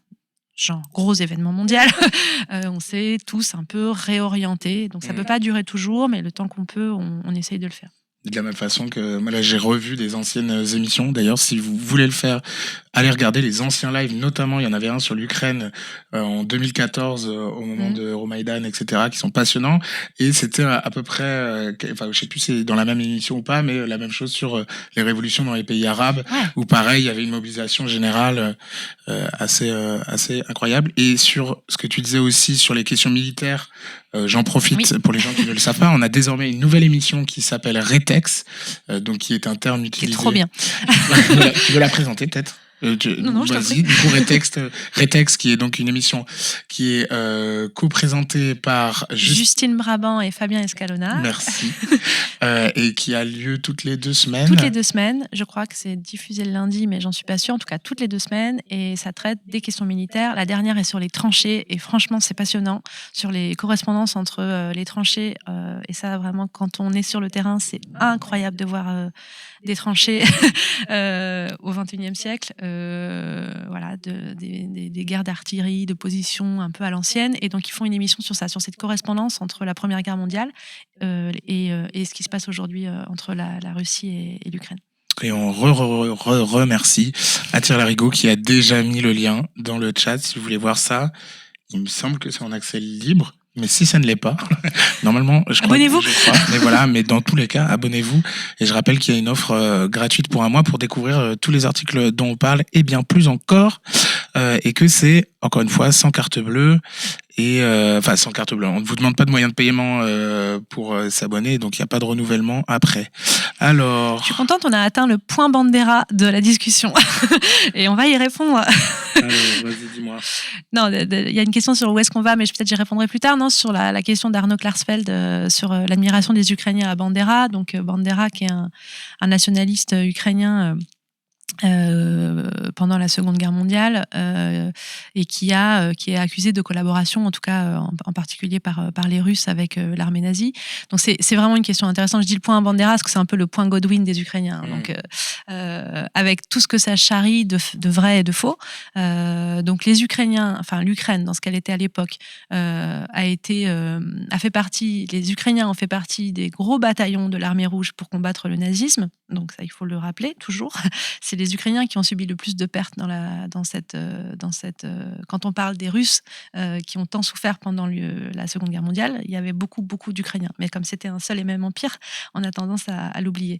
Et par ailleurs, c'est un pays qui, pour une partie de sa population, refusait l'occupation soviétique et a subi l'occupation des nazis. Il y a eu ce qu'on appelle la Shoah par balle dans l'ouest de l'Ukraine, un sujet sur lequel j'ai travaillé et qui est très très dur à travailler, c'est-à-dire il y a eu des charniers entiers à l'ouest de l'Ukraine, donc les Ukrainiens aussi, les Juifs ukrainiens ont souffert très massivement du nazisme, et entre ces deux forces, des Ukrainiens n'ont pas choisi, très clairement, et donc ont collaboré, pensant, pour ceux qui collaboraient avec le nazisme, lutter contre l'influence de l'Union soviétique, et donc parmi eux, Stepan Bandera. Donc c'est une figure historique majeure pour l'Ukraine actuelle, parce que c'est un des combattants indépendantistes de l'Ukraine actuelle, et c'est une figure extrêmement controversée sur lequel les travaux de recherche, y compris en Ukraine, ont lieu de manière difficile, compliquée, avec beaucoup de confrontations de la société ukrainienne autour de ce personnage, qui a des statues à son effigie, etc., à l'ouest de l'Ukraine, de la même manière qu'il y a des statues de Lénine et de Staline pendant longtemps en Ukraine, personnage éminemment controversé. Donc voilà, cette discussion, elle est très vive, et donc c'est pour ça que je trouve que Arno Klarsfeld, sur ce type de sujet, devraient lire d'abord ce que produisent les Ukrainiens sur le sujet, puisque eux-mêmes travaillent sur cette controverse. Et donc, où est-ce que les journalistes de Mediapart, vous allez dans quelle zone quand vous y allez ? On essaye de ne pas trop s'approcher du front, parce que je pense qu'on n'est pas... d'abord, on n'est pas équipé pour faire... Enfin, on n'est pas équipé, je veux dire d'un point de vue professionnel, pour couvrir la guerre, dans ce cas-là de plus concret, quoi. Donc c'est vrai qu'on est plus à côté des fronts et plus pour raconter la population, la société ukrainienne, la manière dont elle bouge. C'est plutôt ça qu'on fait. Je pense que c'est là où est notre plus-value, parce que ça demande aussi une expertise qu'on est peu à avoir dans la rédaction, qu'on n'a pas dans la rédaction. Et donc je pense que c'est aussi pour ça qu'on s'approche pas trop du front. Et que d'autres font très bien. Donc, il faut saluer tous les collègues qui le font et qui, pour certains, y laissent la vie. Tout à fait. Est-il possible de faire des reportages en Russie en tant que journaliste occidental ? Non, bien sûr, c'est très compliqué, c'est de plus en plus compliqué, mais les collègues le font. Notre correspondant, donc pigiste en Russie, continue d'ailleurs de travailler pour nous. Alors, je ne sais pas si c'est lui ou si c'est une autre correspondante, Estelle, qui a fait un papier sur les Bouriates, je crois, mais peut-être qu'il n'est pas encore paru, sur donc la Bouriatie, qui est une région de Russie qui a payé un très lourd tribut, donc en envoyant beaucoup de soldats au front en Ukraine, donc des soldats russes, mais issus de la région de la Bouriatie en Ukraine. Donc c'est possible, mais très clairement c'est des conditions d'exercice difficiles, avec une grosse pression mise par les services de renseignement russes, une grosse pression des autorités, des non-renouvellements de visas, même des médias très installés, type Radio France, l'AFP, ont des difficultés à travailler aujourd'hui en Russie. Donc c'est un problème. À mon avis, c'est un énorme problème. C'est-à-dire qu'on a parfois qu'une partie de l'histoire. On a la partie ukrainienne de l'histoire sur la guerre en Ukraine.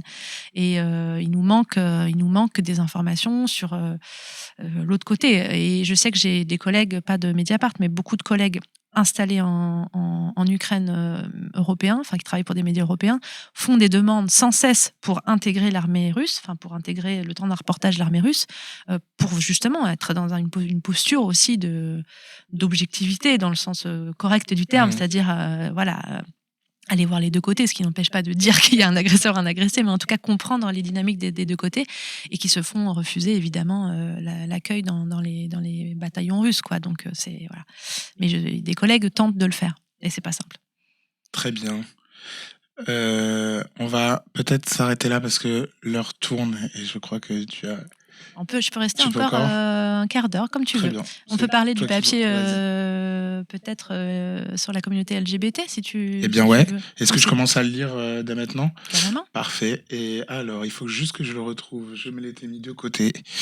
Mais il y est pas... Mathilde a-t-elle des conseils de lecture? Ah, génial, quelqu'un a posé la question.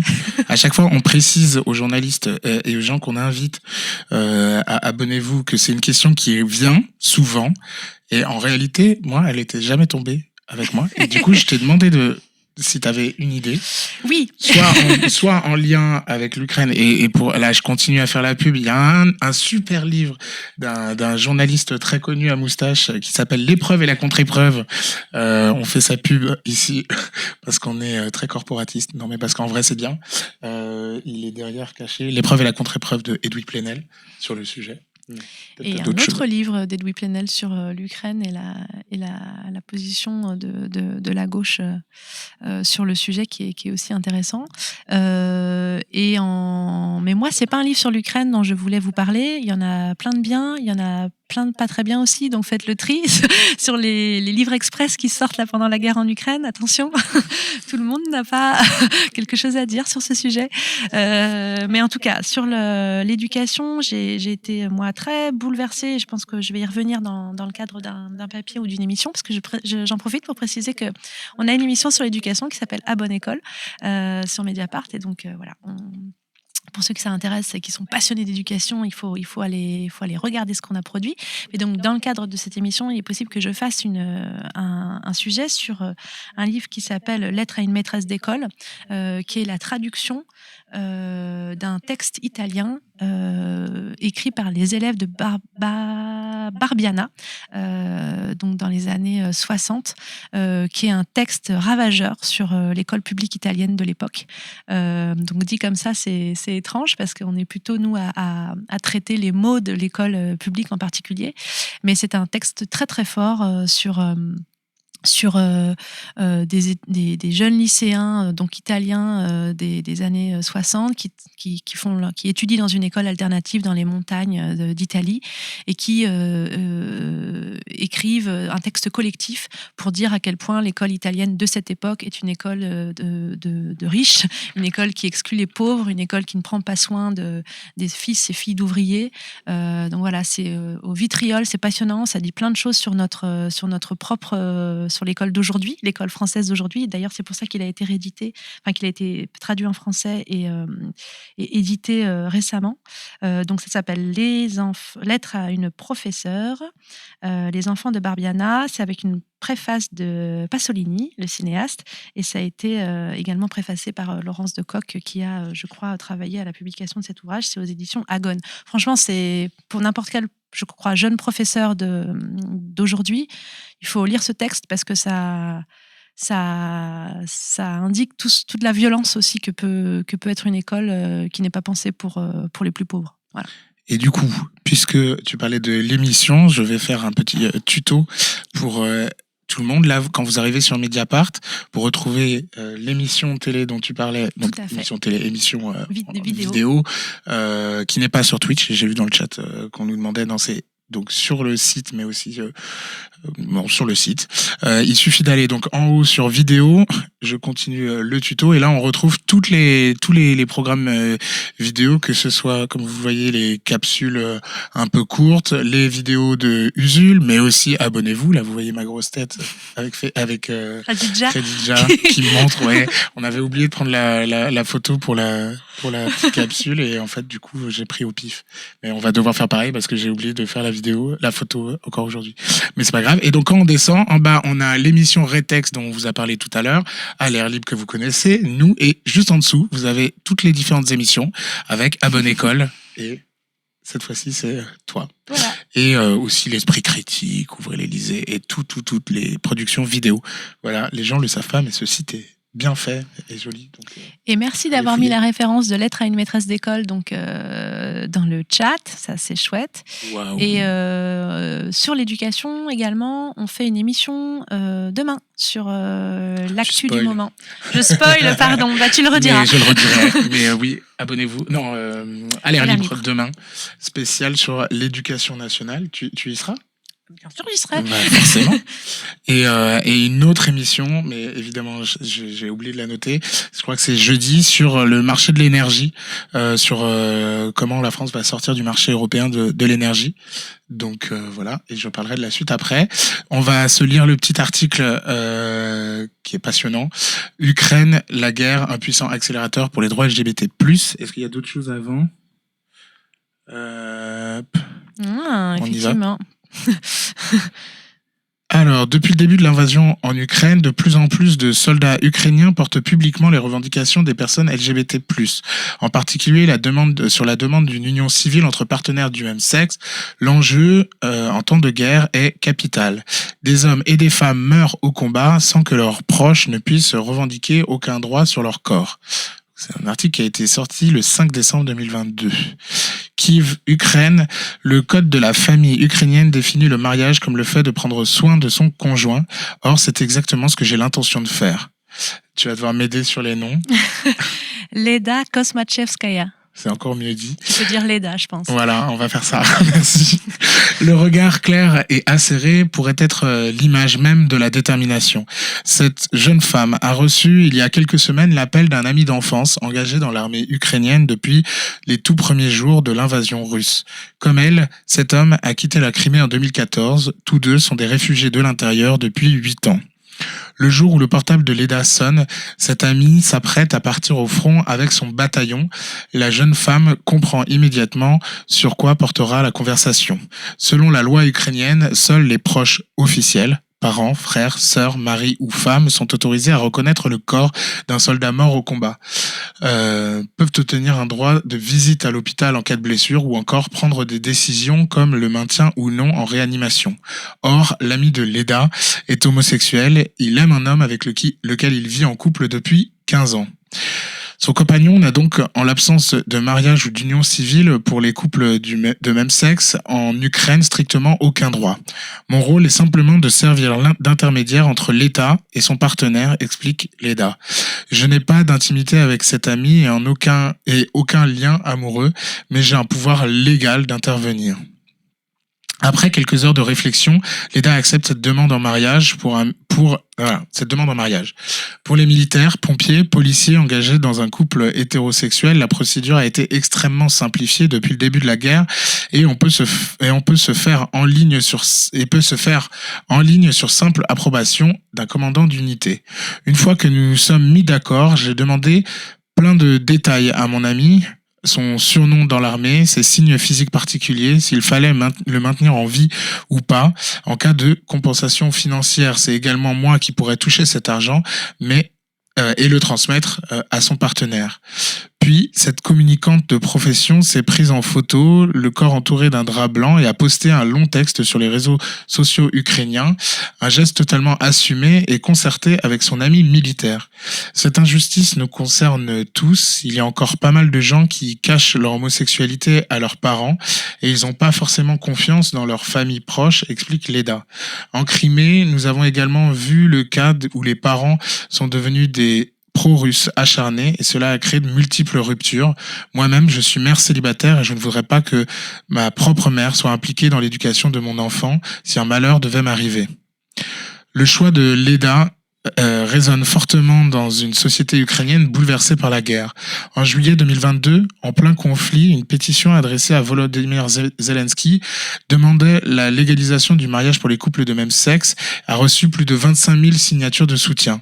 Le président ukrainien a cependant botté en touche, s'appuyant sur la constitution du pays qui définit le mariage comme l'union entre un homme et une femme, un texte intouchable en temps de guerre selon Zelensky. Mais les activistes LGBT+ du pays, organisés au sein d'une quarantaine d'associations, ont repris la balle au bond, ressortant des cartons du Parlement la proposition d'une union civile ouverte aux couples de même sexe. Ce texte pourrait être examiné dès cette année, a promis le ministre de la Justice, en plus de précision. En Ukraine, l'homosexualité a été décriminalisée en 1991. Puis, plus rien n'a bougé sur le plan législatif jusqu'en 2015, soit après le début de la guerre dans le Donbass. Cette année-là, le Code du travail s'enrichit de mesures visant à protéger les salariés LGBT+, des discriminations et, 6 ans plus tard, une charte de protection des droits de l'homme relativement ambitieuse est adoptée. Timur Levchuk de l'ONG Tochka Opori. Merci. Nommé en novembre membre du Conseil consultatif du défenseur des droits auprès du Parlement, une première pour un activiste LGBT en Ukraine, en pointe pas moins l'opportunisme du personnel politique ukrainien soucieux de ne froisser personne, ni l'Église, ni les milieux conservateurs, ni la jeunesse mobilisée du pays en quête d'égalité. Ainsi, au sein d'un même parti, celui au pouvoir du président, serviteur du peuple, c'est le nom de son parti. Voilà, c'est le nom du parti, comme celui de son opposant Petro Poroshenko. Fastoche. Ouais. Des députés peuvent soutenir un jour des propositions de loi condamnant la propagande homosexuelle et un autre jour des textes clairement progressistes pour les droits de la communauté LGBT+. Il n'y a pas de politique clairement établie, ni même de clivage idéologique en la matière. Je dirais que notre plus gros problème actuellement, ce n'est pas l'homophobie, mais l'indifférence, juge Timur. Pour briser le plafond de verre, les activistes ont gagné des alliés de poids ces derniers mois, les militaires. La confiance dans ces derniers est gigantesque dans un pays traumatisé par 9 mois de conflit. Depuis l'invasion russe le 24 février 2022, les militaires gays, lesbiennes, trans sont de plus en plus nombreux à s'afficher publiquement sur les réseaux sociaux. Plusieurs se revendiquent même symboliquement du bataillon licorne, exhibant un écusson à l'image de l'animal mythique sur leur treillis. La communauté LGBT et ses nombreux soutiens peuvent également brandir le plus puissant des repoussoirs, un pouvoir russe ouvertement homophobe. Les membres de la Douma à Moscou ont ainsi adopté le 24 novembre 2022 des amendements à une loi de 2013 qui interdit la propagande LGBT+, auprès des mineurs, mais aussi désormais de faire la promotion de relations sexuelles non traditionnelles auprès de tout public à travers les médias, Internet, les livres et les films, sous peine de lourdes amendes. Alexandre Chaschik a voulu s'engager dans l'armée. Moi, je vais te prendre à chaque fois, hein. C'est trop pratique. Dans l'armée le 24 février, un jour après les premiers bombardements sur l'Ukraine. Son propre père, tireur d'élite, est tombé en 2016 à Popasna, dans le Donbass. Cet étudiant en 5e année de pédiatrie a été appelé le 10 mars pour rejoindre en tant que médecin une unité militaire. Très vite, il envisage son coming out public comme une arme de guerre. Tout est bon pour s'éloigner de la Russie, y compris assumer publiquement qui je suis, explique Alexander. Ouais. Sa décision a été facilitée selon lui par une Ukraine bien plus ouverte que par le passé. Une marche des fiertés y est organisée depuis 10 ans. La deuxième conférence européenne lesbienne a eu lieu à Kiev en 2019. Et un an plus tôt, un événement international autour des questions trans s'y tenait également dans la capitale, sous le haut patronage du ministère de la Santé. Avant l'invasion totale, Dimitriot, 30 ans, travaillait à l'est du pays comme ingénieur dans une usine de Kramatorsk, dans l'oblast, région de Donetsk. La ville est devenue tristement célèbre après le bombardement de sa gare le 8 avril 2022, au cours duquel une 60aine de personnes ont perdu la vie. Avant aussi, pendant son temps libre, Dimitriot se passionnait pour la cuisine. Je pensais pas que je devrais changer le batteur pour un fusil automatique et le tablier de chef pour une tenue militaire, mais les événements de février ont changé ma vie. À la fin du mois de mai, blessé à la jambe, Dimitriot est déclaré inapte à servir dans l'armée. Je suis gay, mais je n'en ai parlé à personne pendant longtemps, raconte Dimitriot. Mais après la blessure, j'ai beaucoup réfléchi. Je suis fatigué d'avoir peur. Je veux être avec celui que j'aime vraiment, ne pas avoir peur de marcher en lui tenant la main. Il multiplie depuis les messages sur les réseaux agrémentés de selfies en tenue. Dimitriou ne nie ni les opposants ni la haine que le sujet provoque encore dans son pays. Edouard Ries, membre actif de l'association Pride Ukraine, qui se revendique comme non-binaire, n'oublie pas non plus les groupuscules radicaux nationalistes proches des néo-nazis, perturbateurs réguliers de la marche des fiertés ukrainiennes au nom des valeurs de la famille traditionnelle. Certains de ces jeunes hommes sont dans l'armée aujourd'hui, aux côtés des nôtres, glisse avec amertume Edouard Ries. Les Russes nous forcent à l'union. Demain, on recommencera à se battre contre eux. Mais Edouard ironise. De cette guerre, si on peut dire quelque chose de bon, les Ukrainiens préfèrent encore la russophobie à l'homophobie.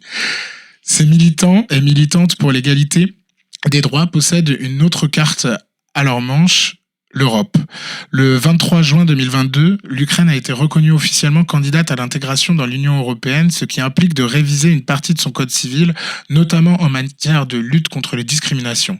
Si le pays est cohérent dans ce qu'il défend, il va devoir engager des réformes, croit Timur Levchuk. Pas seulement sur l'union civile, mais également sur la manière de punir les crimes à caractère homophobe, qui souvent restent impunis faute de cadre légal. Dans une ancienne usine abandonnée de la rue Kryvylivska, au lieu de la nuit underground de Krivienne, Anatoly raconte cette autre anecdote.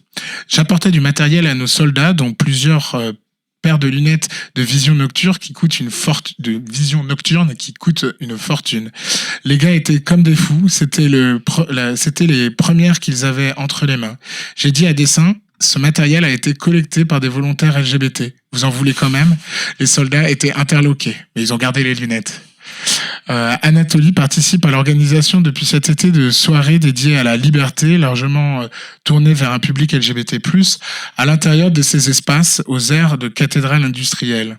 Le but, c'est d'oublier la guerre, de transformer les sentiments qui nous habitent dans un endroit safe, sans jugement, explique Dimitri, l'un des fondateurs de ce projet. Sacha, qui l'accompagne, précise « La masculinité, la féminité, ces injonctions restent très fortes dans nos sociétés, surtout dans un tel conflit où les normes de genre sont réactivées, comme le soldat viril parti au front et la femme qui s'occupe des enfants. On souhaitait créer un endroit pour casser tout ça, sans aucune règle et un peu fou. » Ce n'est pas pour rien que ces soirées se vivent comme un hommage à la liberté individuelle et à celle de tout un pays. Sacha reprend à son compte une blague ukrainienne sur une contrée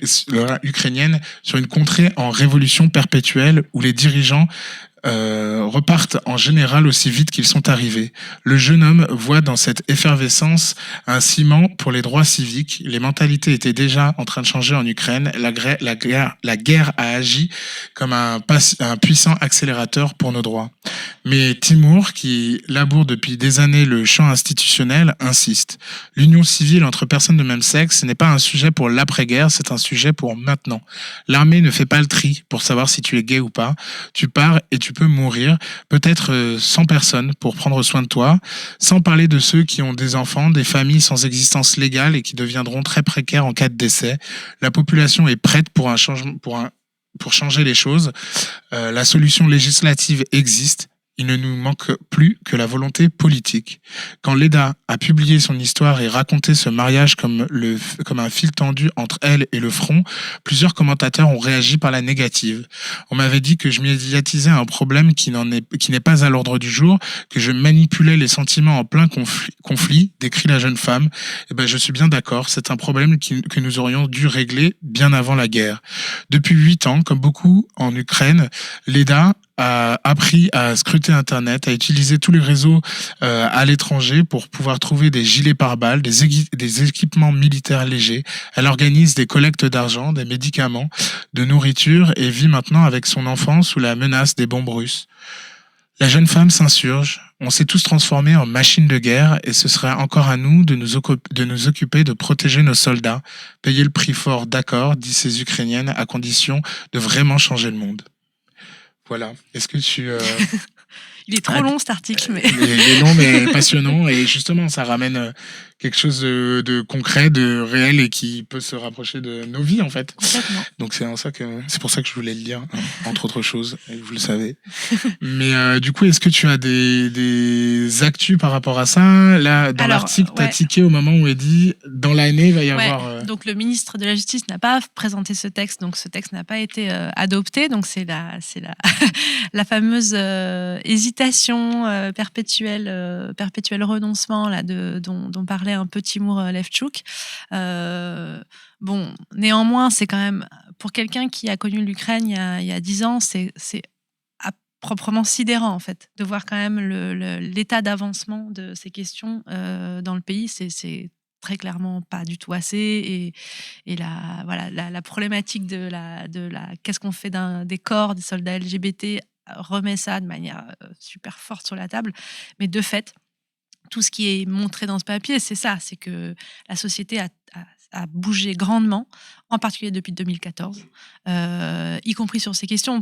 Pour des anecdotes un peu personnelles, moi j'avais parmi mes amis des gens avec qui cette conversation était très complexe. La question de la reconnaissance de droits des personnes LGBT, la simple acceptation de l'homosexualité, donc en gros une homophobie forte, et avec qui, quand on a rediscuté de cette question-là, et en particulier à Kiev, quand j'ai décrit à mes amis ce sujet, je n'ai eu que des réactions ultra favorables. Enfin voilà, vraiment, mais c'est super, c'est un super sujet. Évidemment qu'il faut le raconter. Et les gens ont bougé en fait. Et je trouve que la citation un peu douce amère quoi, qui dit les Ukrainiens préfèrent la russophobie à l'homophobie, elle est à la fois vraie, c'est-à-dire donc pour ce qu'elle a de triste, mais il y a aussi un vrai élan en fait, un vrai élan d'une grosse partie de la société qui a bougé et qui a bougé vraiment en opposition à la Russie. C'est clair, il y a un effet de différenciation très fort et ça joue en faveur des droits pour les personnes LGBT. Ouais, c'était Et c'est assez édifiant parce que les droits LGBT avancent toujours avec des drames. Ça fait énormément écho à ce qui a été dit au moment du mariage pour tous, que la revendication du mariage a été faite avec la question du VIH/SIDA et des gens qui ne savaient pas comment se faire dans leur couple. Avec cette question-là au moment de la mort, encore une fois, et que c'est souvent des histoires tragiques qui permettent de faire avancer un peu les droits dans cette communauté. C'est vrai. Et vu que j'ai vu dans le chat tout à l'heure, on me demandait moi aussi mes trucs à lire et mes films à voir. Là, il y a un des paragraphes qui, pour moi, quand elle parle de ces lunettes ont été offertes par les LGBT, est-ce que vous les prenez quand même voilà, ça fait référence quand même pas mal pour moi au film Pride. Totalement. Que je conseille est-ce que vous à acceptez chaque cette fois. caisse de grève? Ouais, exactement, de lesbiennes et gays qui ont fait une caisse de grève sous Thatcher pour aider les mineurs en grève. Mais bref. Non, mais c'est pas une mauvaise comparaison. C'est-à-dire, ce sont des gens comme nous en fait, et ils se battent comme nous et ils se battent pour nous. Et donc du coup, il y a un effet d'irruption de l'immense normalité en fait. Les gays, les femmes lesbiennes, et ça, en Ukraine, sont soldats, mais sont aussi dans les groupes d'autodéfense territoriale. Il y a eu vous vous souvenez peut-être au début de la guerre, on a beaucoup parlé de ces groupes de défense territoriale, donc qui étaient des groupes non militaires mais très proches de l'armée, qui organisaient notamment le ravitaillement de l'armée, qui collectaient du matériel, etc. Il y a eu des groupes de la communauté LGBT qui se sont organisés, je veux dire, revendiquant à la fois cette identité et leur soutien au conflit. Il y a aussi évidemment beaucoup de gens qui sont partis, qui ont quitté le pays, et je veux dire, c'est assez intéressant. Il y a des Ukrainiens qui ont été réfugiés en France et en Europe parce qu'ils subissaient des discriminations sur leur orientation sexuelle, quoi. Donc du coup, on a un peu quand même un renversement de la situation. Mais je trouve que c'est passionnant. Ça montre à quel point, c'est vrai, t'as raison, c'est des événements douloureux qui font bouger parfois les choses. Là, c'est pas du tout le cas encore suffisamment, puisque notamment l'union civile n'est pas encore autorisée. Mais que cette histoire de l'EDA qui a été très médiatisée en Ukraine, ce poste-là a eu énormément d'écho, le poste qu'elle a fait où elle est en robe de mariée improvisée, ça a eu beaucoup d'écho, et voilà, le travail de Timur aussi, Lefchouk, il a beaucoup d'écho. C'est la soirée dont je parle là, c'est des dizaines et des dizaines et des dizaines de personnes qui se réunissent pour faire ces soirées. Enfin, voilà, c'est super fort, quoi. Et moi, j'ai trouvé ça vraiment passionnant. L'éruption du réel. Dernière question avant de t'abandonner. Est-ce que du coup sur l'Ukraine, tu as encore des articles qui vont que tu vas sortir, que tu vas annoncer ou pas trop, teaser? Non. Bah, si. Parce que c'est une triste date anniversaire, donc le 24 février prochain. Il y a plein de papiers qui sont préparés dans la rédac, évidemment. On aura aussi des reportages de Karine, Karine Fouteau qui sera de retour. Et puis moi, je prépare un papier que j'ai en tête depuis longtemps, qui j'espère vous intéressera, sur une forme de toxicité qui s'est créée dans les relations entre les Ukrainiens du dehors et du dedans, donc ceux qui ont choisi de partir et ceux qui ont choisi de rester, ou ceux qui n'ont pas choisi de partir mais qui sont partis quand même, et ceux qui n'ont pas choisi de rester mais qui se sont retrouvés coincés. Et voilà, c'est à la fois, il y a des très beaux parcours et il y a des très, très belles relations, de ce que je raconte dans le papier, d'admiration mutuelle de notamment ces femmes ukrainiennes qui sont parties pour protéger leur enfant, celles qui sont restées pour protéger leur cellule familiale aussi, mais aussi des reproches qui sont faits aux uns aux autres. Et voilà, c'est une société qui va devoir travailler avec ça. Enfin, à la fin de la guerre, qui va devoir composer avec ceux qui sont partis, ceux qui vont rester à l'étranger, ceux qui vont revenir, qui n'auront pas vécu du tout la même réalité que ceux qui sont restés, qui n'est pas moins douloureuse d'ailleurs. C'est ça qui est assez frappant, c'est que beaucoup de gens qui sont sur place disent notre situation est moins pire que parfois que celle de ceux qui sont à l'étranger. Voilà. Nous, on est sous les bombes, mais eux, ils ont tout perdu et ils sont seuls et ils sont dans un pays qu'ils connaissent pas, dans une langue qu'ils connaissent pas, ils ont plus de travail, ils ont tout perdu et voilà. Et nous, on vit ça ensemble. Eux, ils vivent ça seuls. Voilà. Je pense que ça va être bien. Eh bien, donc, ce sera à lire sur Mediapart. Nous, on reste encore quelques minutes ensemble. Merci beaucoup. C'est passionnant, tant sur l'éducation nationale et supérieure que sur l'Ukraine. Et donc, tu reviens quand tu veux à Abonnez-vous. Oui, merci. N'hésitez pas à poser des questions. On vous a vu, là, qui ne posez pas des questions. À bientôt. Ciao. Et du coup, moi, je reprends mon petit papier pour mes dernières annonces, mais on a déjà un petit peu annoncé tout à l'heure donc l'émission donc demain sur l'éducation nationale, donc un peu bilan et assez large donc sur à l'air libre. Et ensuite, donc jeudi, je l'ai annoncé aussi, une émission spéciale sur l'énergie et au niveau européen et comment la France sort de ça. Mais justement, en fait, si vous n'y comprenez pas encore grand-chose, c'est l'occasion parce que ça va être hyper pédago, même si j'aime pas ce terme, mais ça va être hyper clair. Et une belle annonce aussi à faire, c'est vendredi sur Mediapart. Je vous annonce en exclusivité une série de 4 entretiens qui s'appellent donc les leçons de Michel Perrault, qui seront publiés donc dès vendredi, qui ont été menés par Rachida El Azouzi, Lénaïque Bredou et il me semble, je sais plus comment on dit, mais en gros réalisés par Valentine Auberti, qui sont des entretiens qui ont été faits dans la bibliothèque Marguerite Durand, qui est la seule bibliothèque publique féministe de Paris. Et si vous ne savez pas qui est Michel Perrault, eh bien c'est une féministe française et je vais vous montrer dès maintenant les premières minutes en exclusivité de ces entretiens. Et pour voir la suite, ce sera vendredi sur Mediapart. Donc je vous montre ça tout de suite.